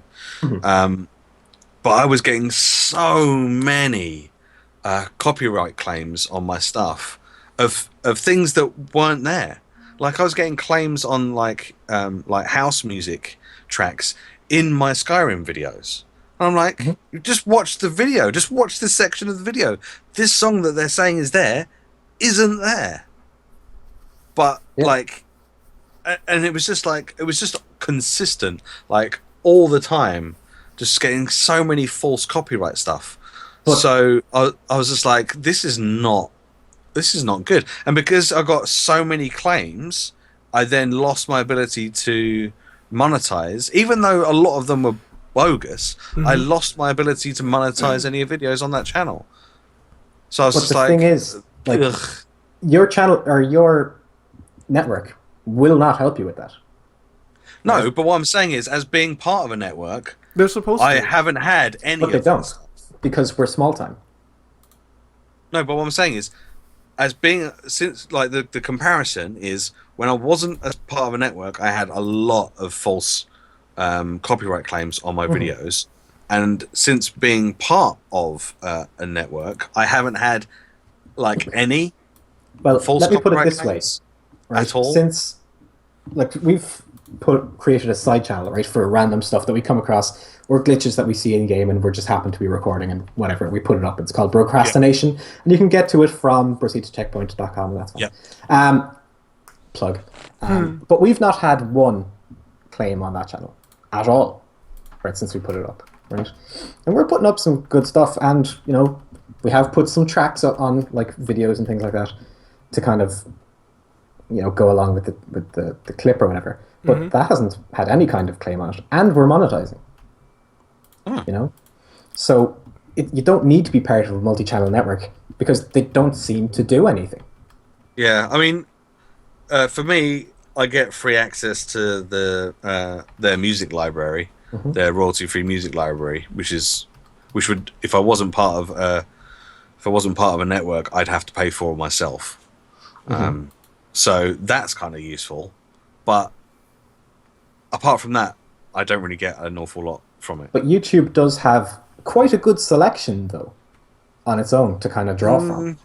Well, I mean, maybe it's changed since I last looked, but like when I last looked, I wasn't that impressed. But that was about 2 years ago, so maybe it's changed since then. A good bit from that, and you know, I've just been like, you know, can't be arsed to log in onto this thing. I'll just do it all through YouTube and download the track from here. It's fine. And some of the stuff they have is really, really good. You know, it's cool. Proper good music, like. Yeah, I mean the new GTA. I mean, even in the other GTA stuff that I did, the scavenger hunt stuff, all the music that I got from that are in those videos, I got from this particular site that I have access to, and it's a really good site, and I've had really good response from the people that run it, and I actually I've probably had more interaction with them in the last 6 months than my actual network, which is quite funny.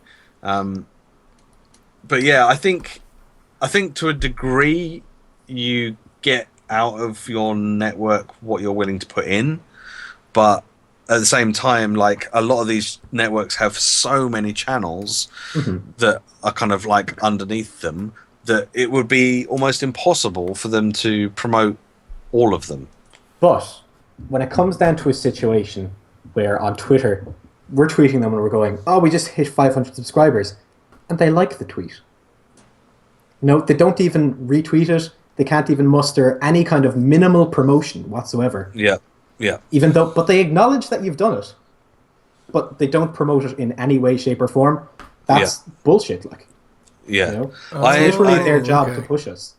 Mm-hmm. I haven't. I can't, apart from the occasional retweet from the TGN retweet Twitter, which is a Twitter set up to retweet you.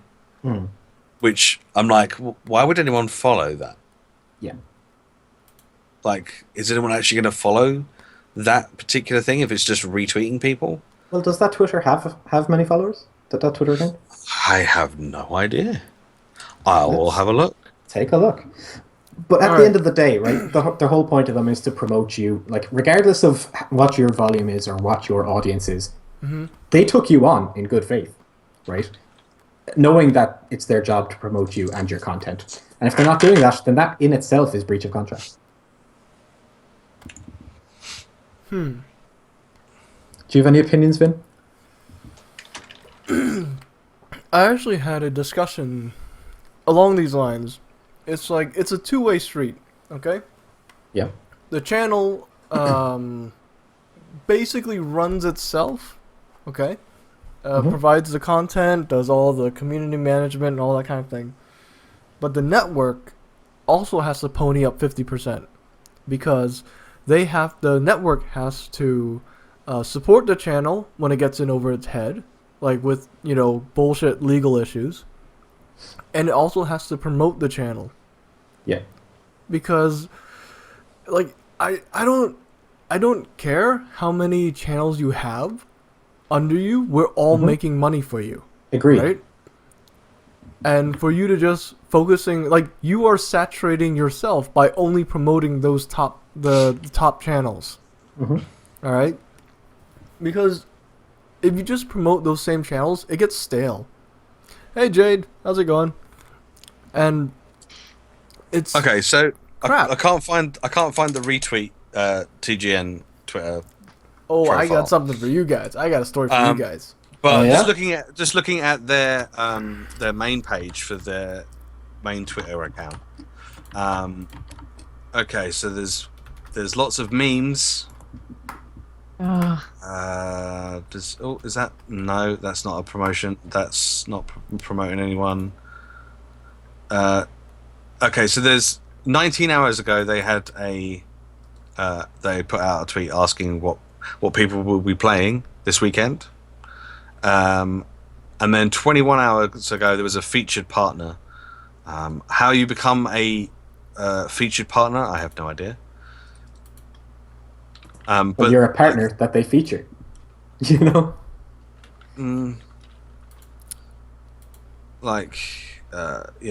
be honest, I think I've done probably more for my channel than they have. Oh yeah, dude, I think natural. We all have done. Yeah, way more. Yep. I got a story for you guys. Shoot.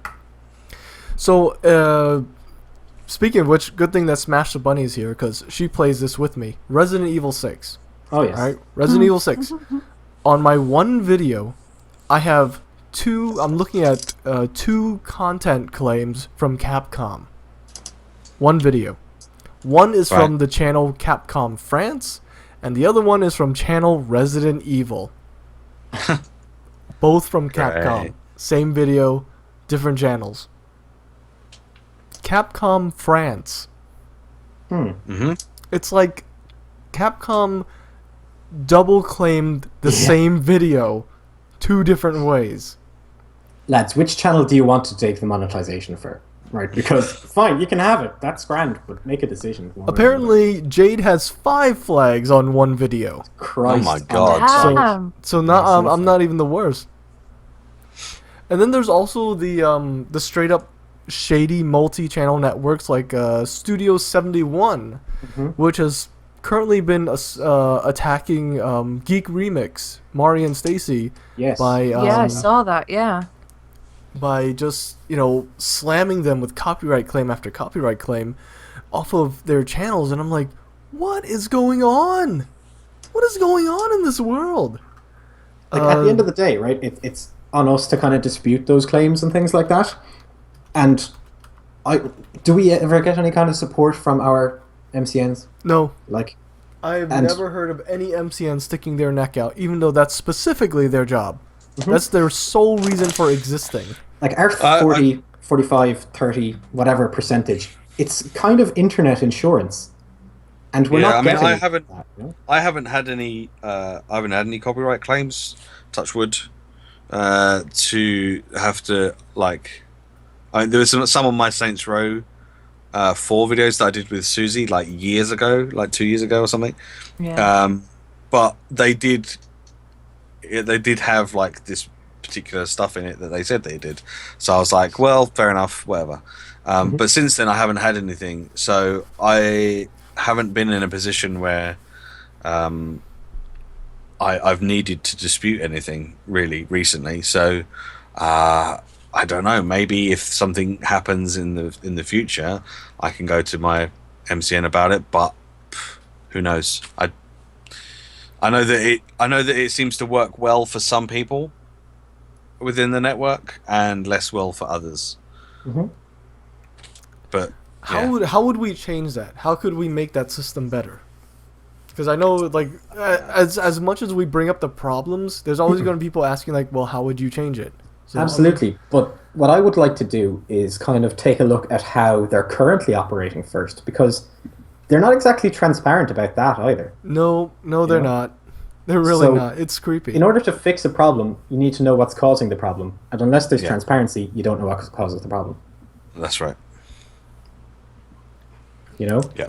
So if there's a multi-channel network out there that's currently listening / watching this, maybe, you know, fling an old email towards some people and let us know how that works. Yeah, I mean, I've seen like even C Nanas was trying to set up his own MCN at one point, where I thought he did. It was.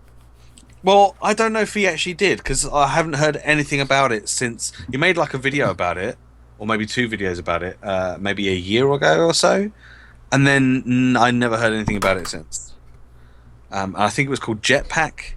Yeah. And I think it was supposed to be like him and a bunch of the other people that like make videos and stuff with him regularly were supposed to be doing something towards it, and like the idea was that you know, whatever money you made you kept, and they didn't really make any money off of it, and except for like maybe a brand deal or whatever. But it was more to try and it was more focused on helping the content creator and less about actually making any money,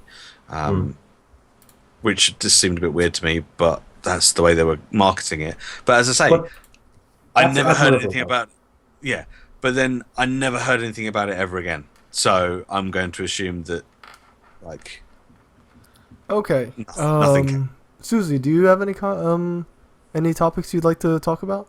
Well, I mean, obviously I can't comment on MCMs because I'd never had one, which sounds to be quite glad of it, to be honest. But yeah, I'm kind of glad I don't do YouTube anymore. It was a lot of effort for I don't know. I just didn't feel very rewarding. But I am now a streamer. It's nearly full-time-ish when my PC doesn't want to explode for some stupid reason.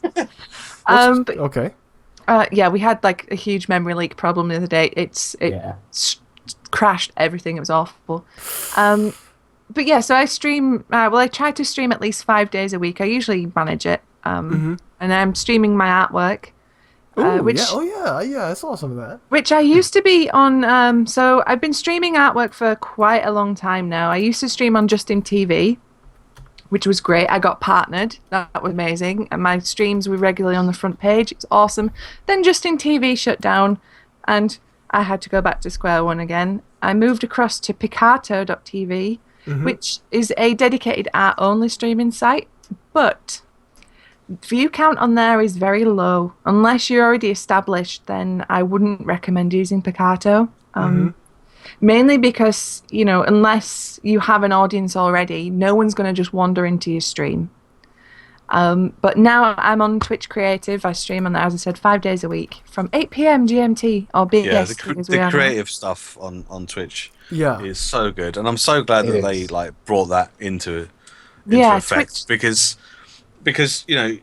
as you were saying, like Picato, it's fine as a platform, it's fine, but you will only find people there that come to see you. It's very unusual to be on a website like that and to stumble across something. Whereas with Twitch, you got creative and you've got the gaming all on the one thing. You only need one account, so you only need to once you've got your account, that's it. You don't have to set up another account just to access it or anything like that.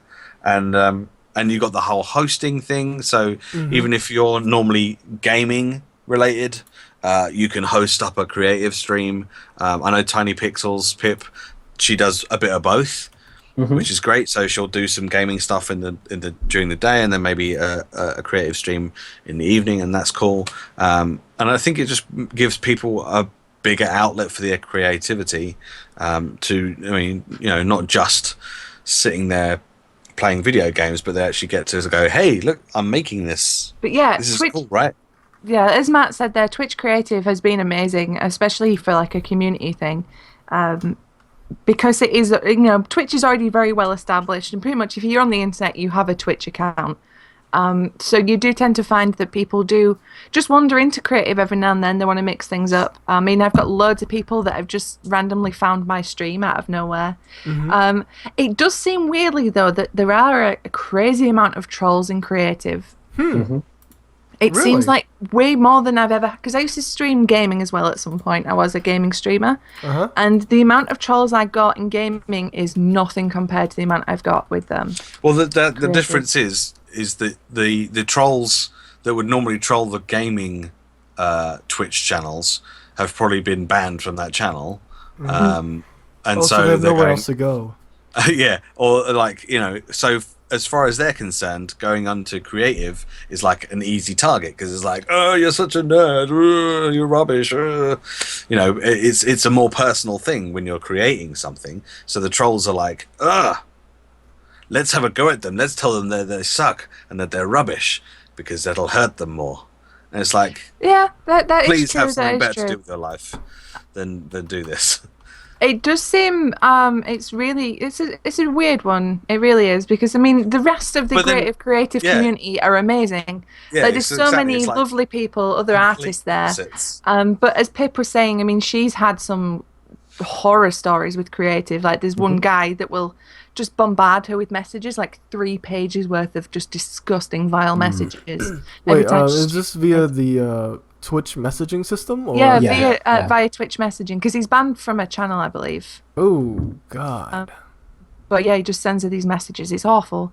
But the greater creative community, I mean, all the other streamers on there are wonderful, wonderful people.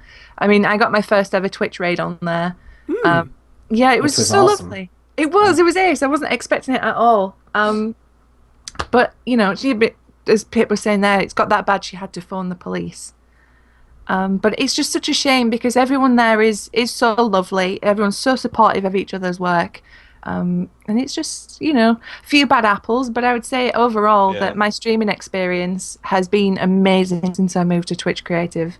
I've got my own little community now. They're slowly building. We're still quite small, but we're getting there. Cool. And they're all pervs, and I love them. Yeah, they're all crazy. I think you're up to fairly consistently 18 to 20 something people viewing at a time, Yeah, I mean, when I was back on Picato, I'd be lucky if I had 5 people watching me. And I'd sometimes stream for an entire day and it would never go above 10. Now on Twitch Creative, I'm getting 20 viewers consistently.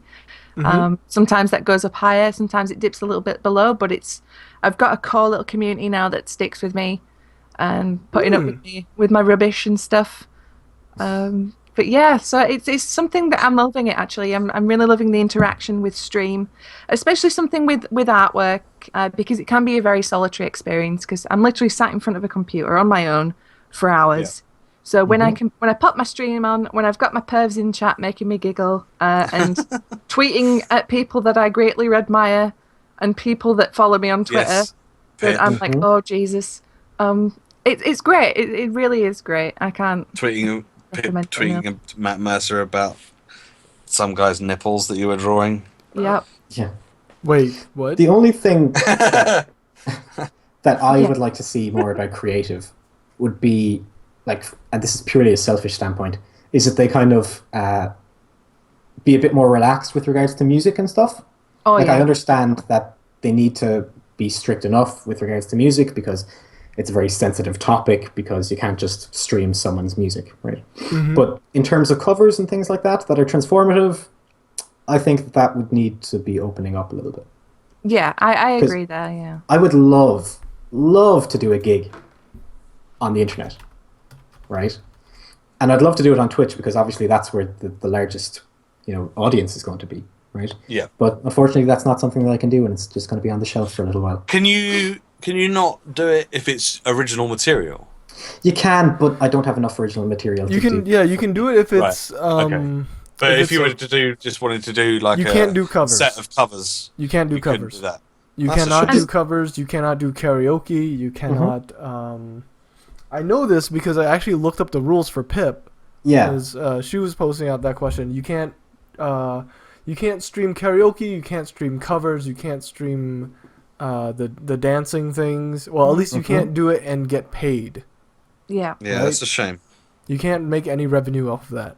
But the thing is, it doesn't specify like if you're doing note-by-note covers or if you're doing like modified covers, which is something that's very, very popular, It doesn't. It's very broad. And that's a very, very important distinction, because you are transforming work if you do a cover, And I mean, it's never very going to sound easy. Exactly the same, is it? Mm. If you're someone else playing somebody else's music, you're not that person, so you're going to play it differently to how they play it. And if you're singing as well, then your voice isn't going to be the same, regardless of whether you're hitting the same notes or not. No. I mean, unfortunately, it's easy to say, oh, well, just do your own original material, but that's not the way the internet works. I mean, I see it with my artwork, other artists do the same. You don't get half as much reaction from the audience with your own original stuff than you do when you're doing fan art or covers of things. Because if people don't know what it is, they don't want to know. That's how it is on any kind of gigging circuit. Yeah, exactly. So, I mean, you could do a concert with your own original music, but you wouldn't get half as much of an audience. And it's a shame, because that's the best way to get yourself out there with fan stuff and covers. And just sucks that way, really. Yeah. All right. So, any other topics to cover? Or I was gonna talk about the complete farce that happened recently about the Tracer's butt from Overwatch that's been going on recently. Okay, we can talk basically there is a pose, a victory pose, where Tracer looks over her shoulder. So it's mainly you see her from the back and she's looking over her shoulder. And people are like, "Oh my god, you can't use that pose! Oh my god, it's so sexualized. It's demeaning to women." And it's just like, really? Are we going here again? Okay, so I didn't like the pose, right? No, the pose is crap. But that's not the point. I wouldn't say that it was demeaning to women. It doesn't fit Tracer's character. Tracer is young, energetic, sporty. She wouldn't do a sexy over-the-shoulder with a perfectly modelled butt. And I don't think it's even that good of a butt. I mean, people are like, it isn't, but it's very specifically in the middle of the frame, so you go, look at her ass. And that's sexualization, which Tracer's not about. And it does speak about a greater problem with the way women are portrayed in certain things. That does. It does. But the reason why I have a problem with that pose is not because of the sexualization of women, because I mean, shit, Widowmaker's in that game. She is femme fatale. She is boobs and ass out the fucking, wazoo. I don't have a problem with that because that's her character. There's other things like that. But the problem I had with the Trace one is, as I said, it didn't fit her character, and it was needless. No. And it was, you've got so much ass in that game. You don't need more. There's several characters in that game that have over the shoulder like poses and stuff. Now, I don't think though. I don't think any of them are any good. I think that over-the-shoulder pose is just not very good in general. Like Hanzo has one, and like it's like when you get play of the game, they show like a little animation. He even has an over-the-shoulder animation, and it's like it's really awful because it's just like the camera slowly panning up his arm to him just then quickly looking over his shoulder at the camera, and it's like, that is lame. Can you not come up with something better than over the shoulder looks? But yeah, having looked into this a little bit more, like, and the fact that you brought it up, like that a bunch of them have over the shoulder poses, apparently that's a placeholder for each character. That's their default kind of placeholder pose, right? So the idea was to change all of them, right? Because, you know, as you said, they're not engaging. It's static, they're boring, right? So if they do go ahead and change them all, and that was their overall vision of the game, that's absolutely fine. Go ahead, go right ahead, change them all. Like, change tracers individually if you want, if that was your vision. That's not a problem.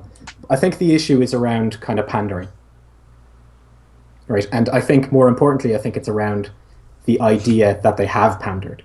Yeah. You know? That's the thing. I mean, this is a beta. It's open for testing. It's open for feedback. It's the same. This is like the Armika Street Fighter thing all over again. The what?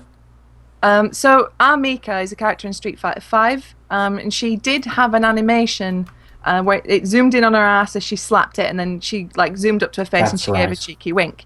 Now, Armika she's like a fun parody sort of wrestler. She's very cheeky. She's got like, you know, she's energetic, stuff like that. She's like a lucha. Now she does slap her ass still, but the camera doesn't focus on her ass, so it's more like a waist up, and she gives a butt a slap, and then she's like, "Come on, let's fight." But in the beta of Street Fighter 5, the camera was much lower. Now Capcom went, "Yeah, that doesn't really work. It doesn't fit the frame. Let's move it up." But obviously, the internet being the internet, people were like, "I have the image." Yeah, they were like, "Oh, they've removed the ass because pandering to SJWs and." But you have to remember, these products are in beta. They're gonna change. Exactly. Poses are gonna be removed. They're gonna listen to community feedback. If the community says to you, "This doesn't fit. This is weird. Why have you put this in there?" Then the company will go, "Yeah, okay, that's a fair point. We were gonna change it anyway. Let's do it." Yeah, the thing that confused me about the tracer thing was that, like, that pose has been there for, I don't know, for ages, like for weeks and weeks and weeks during the beta. And no one's brought it up before? And no one had brought it up before. And then all of a sudden, out of the blue, it's like, "Oh my god, Tracer's butt." It's like, but why are you remember, why are you getting... the Overwatch beta has gone through waves of people joining. So it's true, yeah. Well, there's new people being exposed to it every time. I don't understand why, like... I don't know. Maybe I just don't get offended as easily as other people do. But I just think people on the internet get offended about stuff that's, I don't know. Maybe people get offended. I'd say it was bringing up a point of constructive criticism, and a lot of people do mistake criticism for being offended. You can criticize something without going, "Oh, think of the children." No, I know, but it seemed like a lot of people were being offended by whatever was going on. Like, some people were like, "Oh, this is an outrage, can't believe this is happening." It's like, really? Come on now. See, for me, with the Tracer thing, I've seen more people outraged at the SJWs, in quotes, censoring Tracer than people complaining about Tracer's butt. Because that's the way the internet tends to work. Because I think one thing that actually got me not angry, because I don't get angry, but my trick is I'm always angry. Yes, I'm always angry and furious. One thing that got me a bit, ticked was all the people blaming the developers. Like, why are you caving? Why are you doing? It's like, yo, dude. Are you saying that you only disagree with the changes that the developers make if it's something that you personally don't agree with? Yep. Like, it's number one, you're not a developer in this game. Any choices that they make, they've probably given a lot of thought over. Okay? Yep. That's the first thing. It's their game. And like all three of you have said, it's still in beta. So it's just like their game is their game, and they're gonna take whatever criticism or advice or feedback, and they're going to work it into their decision process. That's the thing of it. So they chose to change that pose. That's on them. But for the forum posters and the commenters to be like, you spineless, dickless cowards, and I'm like, what is wrong with you? Artistic vision only means anything to them when they get to keep their ass and their tits. Basically, that's what I glean from these forum posts. As soon as someone says maybe we could dial back the boobs, then they go, oh, respect the creative's, the artistic vision of this creation. But as soon as the creator goes, yeah, maybe we could do that, and then they change something, then they go, oh, censoring, pandering, blah. Rather than, We're going to put a load of dicks into the game now. How'd you like that? We're going to go Saints Row 4 on this shit. Everyone gets big floppy dildos to slap each other with. Dicks for everyone. Yeah. You get a dick, and you get a dick. I mean, maybe for me, maybe it was just because I didn't find, or I still don't find Tracer attractive or sexy. I don't like I like her personality when she's not going, the cavalry's here, with that really phony British accent. But physically, I don't find her character particularly attractive. So maybe that's why I was it's just a crappy pose. It's just not imaginative. Okay, I did a really bad thing. I dipped my toes into the Rule 34 for Overwatch. Oh, no. There is lots of it. Jesus, Mary, and Joseph. Some of it's animated in 3D. There's which is quite impressive, but there's so much Tracer stuff. Yeah, it's usually Tracer and Widowmaker together. The very the femme She's fatale got purple skin. And the huge bum. And the spunky Tracer. The spunky Tracer. That's not okay, good. So that's not a word I want to use. The world's Rule 34. Yeah. Oh. Yeah. Okay. You know. There, friend. Susie knows what I meant. Wow. I do, but I also know what we meant. Yeah. We knew what you meant, but that was not the word to be. You guys are bad. You guys are so bad. Yeah. You said it. You invited us on this podcast. Putting this on us. You're talking about spunk. Jesus. I tell you what, decorum, please, Vin. There is one thing I do like about Overwatch. There's quite a good lot of diversity in the characters. I mean, a lot of the women do fall into the slender, curvy tropes, but you've got Zaya, who I am in love with. Farah, she's basically, she doesn't have a body. She's a head and a robot suit, armor. Yeah, she's pretty awesome. Is she? Oh, well, she has a body, but she's in a big suit of armor. Yeah, it's a bit like a big mech suit type thing. A robot. Wait, I thought that was the other character, Diva. Oh, no, yeah, Diva has a mech suit. Oh, Diva's in a mech That's suit. a proper mech suit. But she's in a mech. Yeah. Farah has a Farah's just it's like an Iron Man type thing. Ah, okay. Yeah, that's cool. There's always more they could do, but they made some Symmetra's okay. I mean, I wouldn't say that Symmetra was necessarily a sexy particular I character. don't know. She's curvy, though. She's got a tiny waist. I guess so. I guess so. But again, maybe it's just because I'm not physically attracted to that person, or that. I mean, that's the default representation of women in games: thin waists, big hips. That's something you're used to seeing. So it doesn't really stand out when you see it.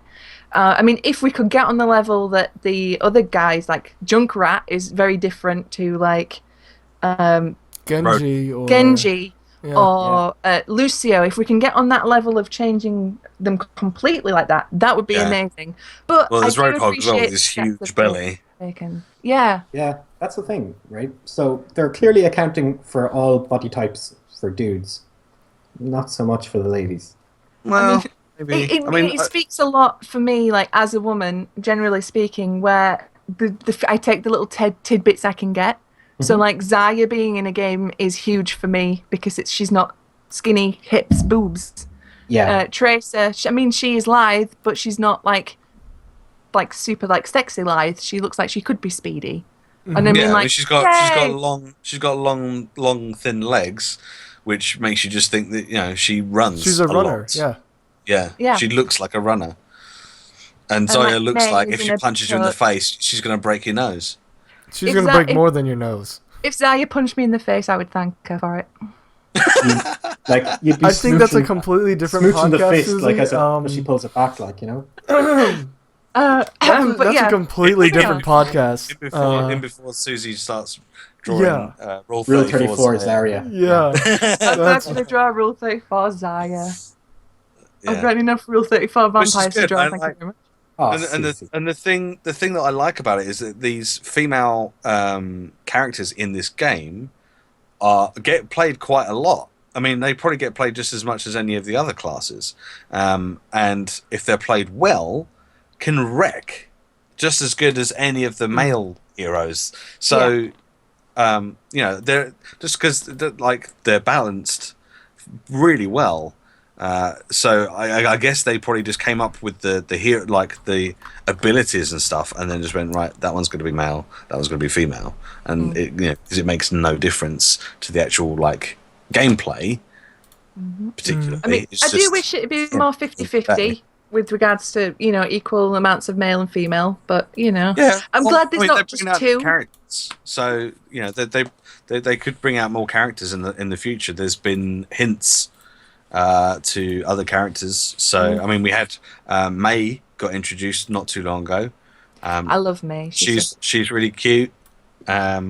I like playing May because she's really different from most of the other characters. Oh, the climate studier, climatologist. Chinese. I don't know. Her voice kind of annoys me a little bit. It doesn't sound like a Chinese accent at all. I don't really know. I don't think. See, I played May during the time I was in the beta, and I liked her a lot. I really liked her. Her play style. We ended up having 2 Mays on our team. It was one of the payload deliveries, right? We had 2 Mays on our team. I was playing defense, and what I did was, I was the first May to switch in, so I just set up ice walls everywhere. I just started freezing characters. We were right at the end of the match, but they couldn't move because I kept throwing up ice walls. And then another person on my team got that idea too. So they also switched to May and just started freezing walls, and the enemy team could not advance at all. It was so frustrating. I think they nerfed May because of stuff like that, actually. But there's a fair point out of Pip there, right? That one of the things about League of Legends, that people play women characters and they're strong characters, and that's why they're played, right? Because they're equally as strong as their male counterparts. In fact, the only time that I have played League, I've played Jinx because she's badass. Jinx, remind me who Jinx is. Jinx has the kind of machine gun / rocket launcher.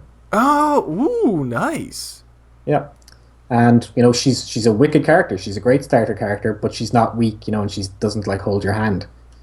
She lets you learn it. Right? So it's that kind of thing that I'd like to see more of, moving away from the stereotypes and things like that. Yeah, definitely. I mean, I don't get why there's such resistance to it. I mean, it's only a good thing. You diversify your cast, you diversify your stories, you get to tell new, more exciting stories that are open to a larger audience. And from a business standpoint, you get to diversify your audience. Yes, and you get lots of more money. Yeah. So, listen to us, game developers. We know our shit. But yeah, I think Blizzard are pretty good for that kind of thing. And I think they're getting better at being good at that sort of thing. Oh, Susie sounds like she has some I wouldn't say Blizzard were great at representations of women. I'd say they've still got a way to go. They're better than a lot of companies, but I wouldn't say they were good. I mean, that's just my perspective as a female game player. Okay. Alright. But You know, you've always had the option of being a male or female in World of Warcraft. Yeah, that's true. That's always been there. You haven't been forced to only be a male. But the way they could probably do the with female and the male characters are presented are vastly different. Mm-hmm. Oh, but they still have the World of Warcraft still has that like one body type. Thing. But it's the same for the male characters as well. The thing is, though, that when that argument's brought up, I feel. I mean, it's not wrong for men to feel like they've only got one option either. But with male characters, you have the ability to be strong and powerful characters. Yeah. As a woman, you are most often forced to have weak, tiny, thin characters. Oh, the support characters. Yeah, you're either a support character, or if you do play like a Death Knight or something, you've still got to have like a tiny, skinny body type. Like as well in WoW, they had the tit armor. That was a thing. Oh, yeah. That's always fantasy. That's still a thing. That's still a thing, apparently. It is but you can't just say that's just how it is, because companies have a duty to be better than that. They have the opportunity to be better than that, and it's always disappointing when a company falls back on those stereotypes. That's, as I said, this is just my opinion, but funnily enough, though, right? When I'm playing a game, I want it to be as immersive as possible, and I want my character to look and present itself like me. Yeah. So I am not a big, tall, buff dude. Yeah. Yeah. So I would like to have like slender body types for my character. No, exactly. I mean, it does go two ways. Well, with the exception of like having my little pot belly, but I like some like slender kind of weedy body types. Just kind of immerse me a little bit more. Yeah. But as I said, when I play games, I want to be as tall as possible. I want to be a big buff cheetah puff, and I basically want to be Wonder Woman in the game. Okay. Yep. But you don't get that option, like that Blade and Soul. Yeah. Oh my god, I played Blade and Soul. Holy shit, it's so anime. It is so anime. Then Catgirls, though.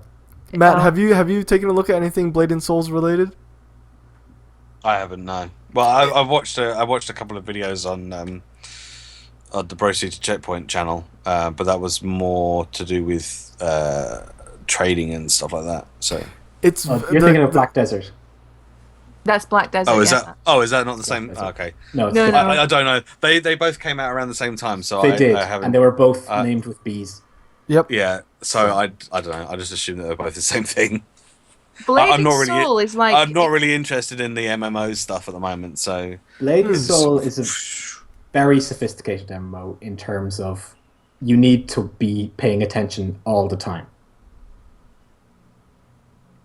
So in order to get like your combos and things off, you need to be timing things properly. You need to ensure that you're actually proccing things at the exact moment to get it off and things like that. So, you know what that reminds me of? Blade and Soul reminds me of... Oh, there was another MMO where you had to sort of click in rhythm in order to fight. Terra?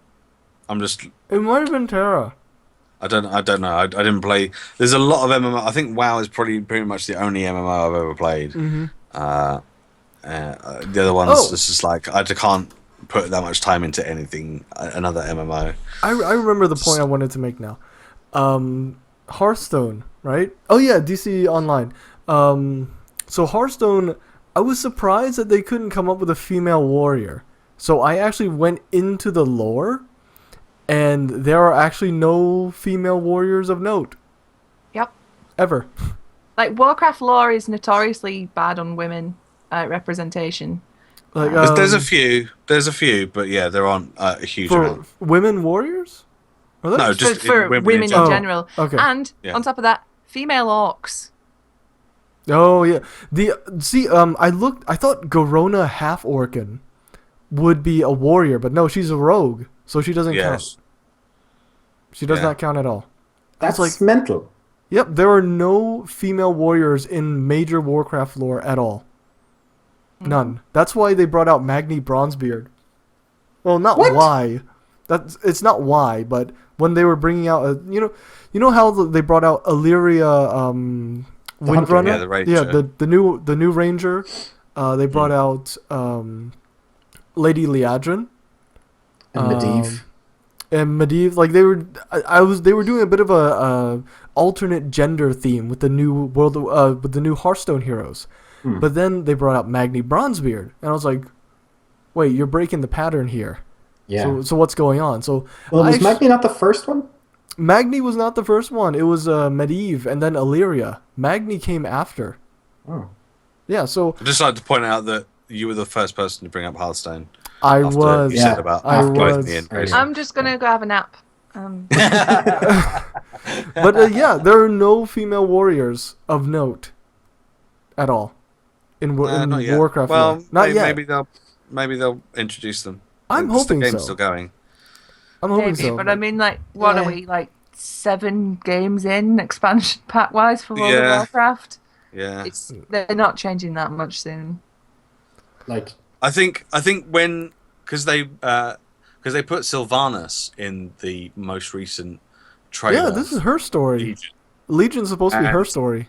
And they got a huge response about people seeing Sylvanas in that. And like, you know, it's taken this long for Sylvanas to be featured in one of these opening things. People were just like, you know, this is really good to see her. We want more of her because she's a really interesting character, first and foremost, and she's a badass. So, you know, they need. Funnily enough, I don't think people would really be kicking up much of a fuss if they did. If they did what? You know, just to bring it back on topic, like. I think Skype cut you off a bit there. Yep. Yeah, it did. So, with regards to Sylvanas, right? If Blizzard take on the feedback from the community in relation to Sylvanas, people will go, "Yeah, really good job, Blizz. You listened to our feedback and you implemented it and put it in place." Whereas with the other thing, it's like you listened to feedback and you gave in. You know? Yeah, you gave in. You're weak. So you know you can't have it both ways. Yeah. You know? No, I think the problem is you're always going to get dumb people on the internet. That's the thing. Yeah. Yeah, And you not get just them in on the both internet. camps. Yeah. So yeah, I don't think there's much you can do about that. Unfortunately, I think that's just the internet. Da da da da da. Yeah. But okay, yeah. Without further ado, I think we'll leave the podcast there. On that note, do you guys have any last words you'd like to say? Any last? What do you mean last words? Last bits of advice? I didn't know this is a suicide pact. Jesus. I wouldn't have agreed you didn't to read the fine print. Shit. Oh, None of you read the fine print. Was but I we're the gonna only stream one that got my fucking night I change? can't have Batman vs Superman be the last movie I watched. Well, that's your fault. Oh, look at her. Look at her. Oh, she's so good. That's your problem. I Fuck you. fucking love Sylvanas. Look at her. She's right. Sylvanas is She so ticks cool. all my boxes, right? Elf, Yeah. archer, Uh-huh. badass bitch, wears a cape. Fuck. Yeah.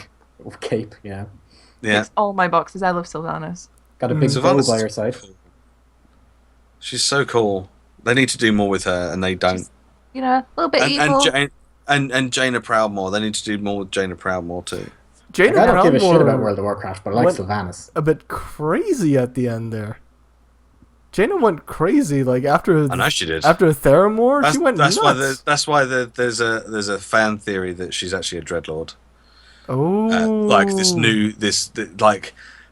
theory is that Jaina Proudmoore, the human, died in Theramore explosion, and the Jaina Proudmoore now is actually a dreadlord coming to help the Burning Legion or some shit. Oh, they replace her with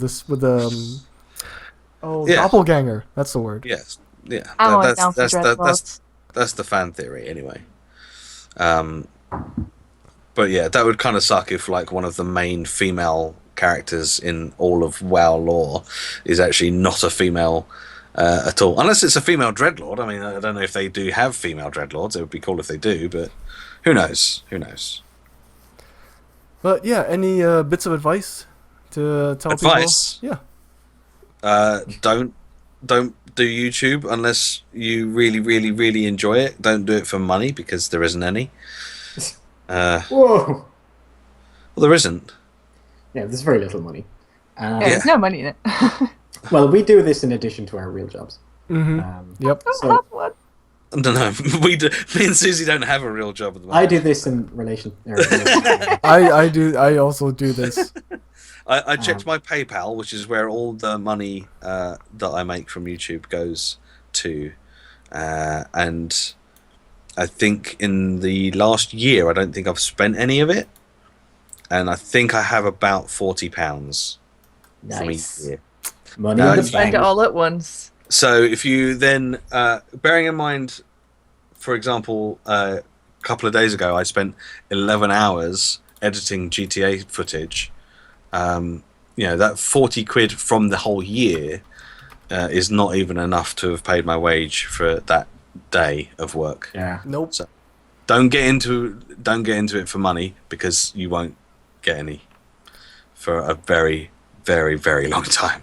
Okay, that's Matt's bits of advice. Grayson, Susie? Get into it because you want to do it for fun, Yeah. and you want to be creative, which is what My I'm doing. advice is that when I go to Res next week, come and find me, and I'll give you a free T-shirt. Wow.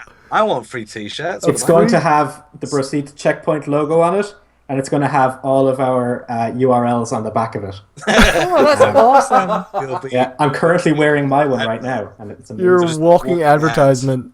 Yeah, please come and give us advertisement for free. Thank you. Yeah, and if you don't think you're going to be good at editing and making polished videos, then maybe look at streaming instead. If you still want to be gaming and entertaining people at the same time, but don't expect people to come and watch you.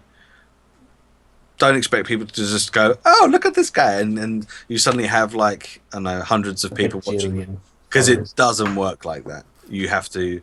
You have to network with people. You have to work hard. You have to meet people, and and just don't be a dick to people. Mm-hmm. Yeah, That's where That's I'm the best falling bit. down.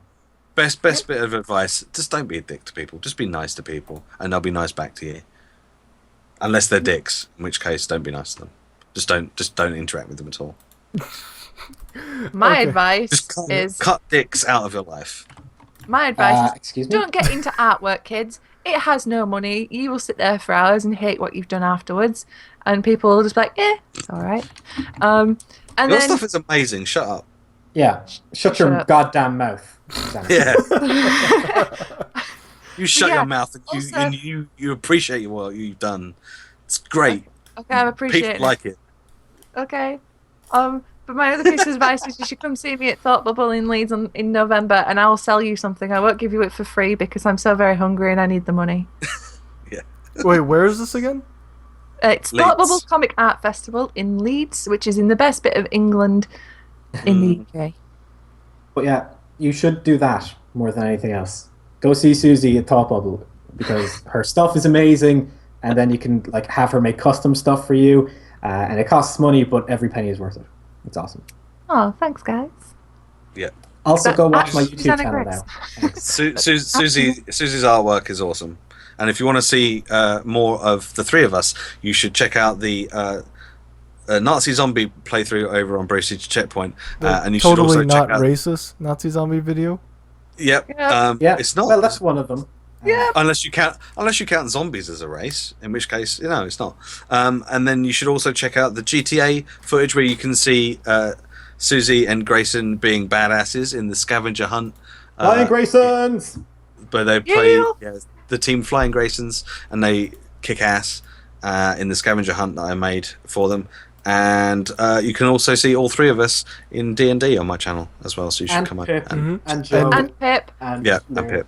And you may And also Joe. see me, maybe if I guessed. Yeah, and there's me, Vin, and Grayson also recorded a Hearthstone podcast today, which that'll be going up Wednesday. Yeah, Wednesday. Why not? That's going up on Wednesday.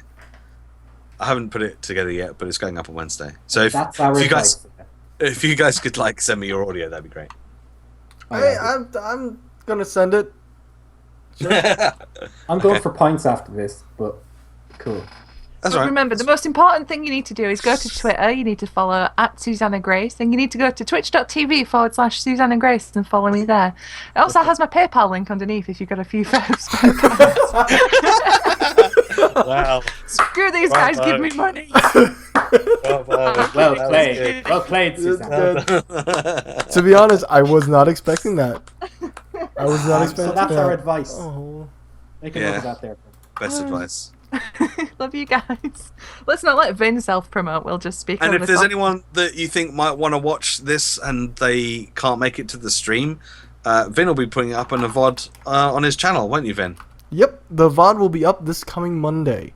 So there you go. So if you can't watch it now, or if you know someone else that wants to watch it that can't be watching it right now, then you can just send them over to Vin's channel and he'll show you the thing. And finally, thanks, Vin, for having us. Appreciate it. Yeah, thanks, Vin. Yeah, thanks, Sure. Vin. No problem. I'm serious about waking up early to get in one of your D&D sessions. It won't be that early. We don't start until like the afternoon usually That's anyway. because So there's it'll be something like, come over all the time. yeah, Leah doesn't get out of bed until like 3 p.m. So, Jesus Christ. No, honestly. you know, So it'd be like it's 10 in the fun. morning for you. It'd be fine. yeah, so it'll be like 10, 11 o'clock. You'll be fine. Don't worry about it. Okay. We'll get you in. Okay. All right. My piece of advice. Oh yeah, Vin hasn't done his advice yet. Oh, yeah. I don't know. Honestly, love what you do. Love what you do. Be passionate. Don't be afraid you love? to push back. Honestly, Yeah, Grayson, don't be afraid to push back. You're the power bottom here, Matt. Wait, what? So I ship it. What the fuck is going on? Matt's a power bottom is what it is. But sorry for ruining your lovely moment. No, I've just been in. God fucking damn it! God, I'm waiting for Vin to be like, "Fuck you guys! I don't get angry, but I'm angry now." No, I refuse to get angry. Oh, sorry. Refuse to get angry. What the fuck? I'm just laughing so much. Sorry. Okay. All right. My bit of advice. What's the phrase? Don't be stuck in a rut. Like, don't ever. Well, be passionate. Whatever you do, be passionate about it. Like, get into fights. Fight with people. Fight with yourself. You know, just Going to a fight club. yeah. But don't talk about it. You Punch just broke yourself in the first face. fucking rule. Thanks. Oh, Matt, you just. Oh, You just lost the game as well. Yep. Oh, Ah. fuck you. Years. I've been fined for years. yeah. I But- win. Yeah, be passionate about whatever you do, and if you're passionate about it, like your own drive will definitely draw people to you. Yeah, So, definitely, yeah. so I mean, yeah. we're really passionate about the D&D stuff that we've been doing recently because we have so much fun when we're doing it. Mhm. And Pip also has has a lot of fun while she's doing it as well. And like almost every stream that she does, D&D gets mentioned because she's so into it. Same with my streams too. I'm sure, like, Yeah. Pips and Mine collective viewers are sick of hearing us talk about our sessions. Yeah. Especially seeing as we're going, oh my god, you guys, this thing happened, but I can't talk But about we can't talk about it. But it was You need so to watch good. it. Yeah. Well, I mean, that's how the videos like on the channel came about. Was because we were talking about how much fun we were having playing D&D together, and people were like, "Did you record any of this stuff? Like, can we see this anywhere?" And we're like, "Well, you actually want to watch it?" And like, "Yeah." It's like, "Oh, okay." Okay. So you know, that's how it happened, really. Yeah, and I have to say, so far that the reaction from my stream guys and the guys on Twitter and stuff has been overwhelmingly positive. Everyone's loved it. They can tell that we had a really good time, even though it was everyone's first game and I didn't know how grapples worked or anything. It was just totally making it up as I went along. That's fine. Monsters did. But the say thing so. is, like, the more recent sessions have been so much better than the like initial ones, just because we know our characters better, we know like what we're doing a bit better now, and like the plot between each character is like developed as well. It's just it's so good. I know the rules now, which is helpful as a DM. That's also helpful. And yeah. you know our backstories now. Like when we did the first session, we didn't all have backstories. No, that's true. Now we all do, and we all have our own motivations that only Susie knows. Ooh. Yeah. So Susie knows all the secrets. She does. I am the secret keeper. Yeah. Yeah. Not gonna tell anyone. Yeah. But it's Okay. great. So if you're into D&D at all, then check it out. Or if you're into anything at all, jump in with both feet. Yes. Yes. No. If you love what you do, it will show. People will want to hear you talk about it. They'll want to see it.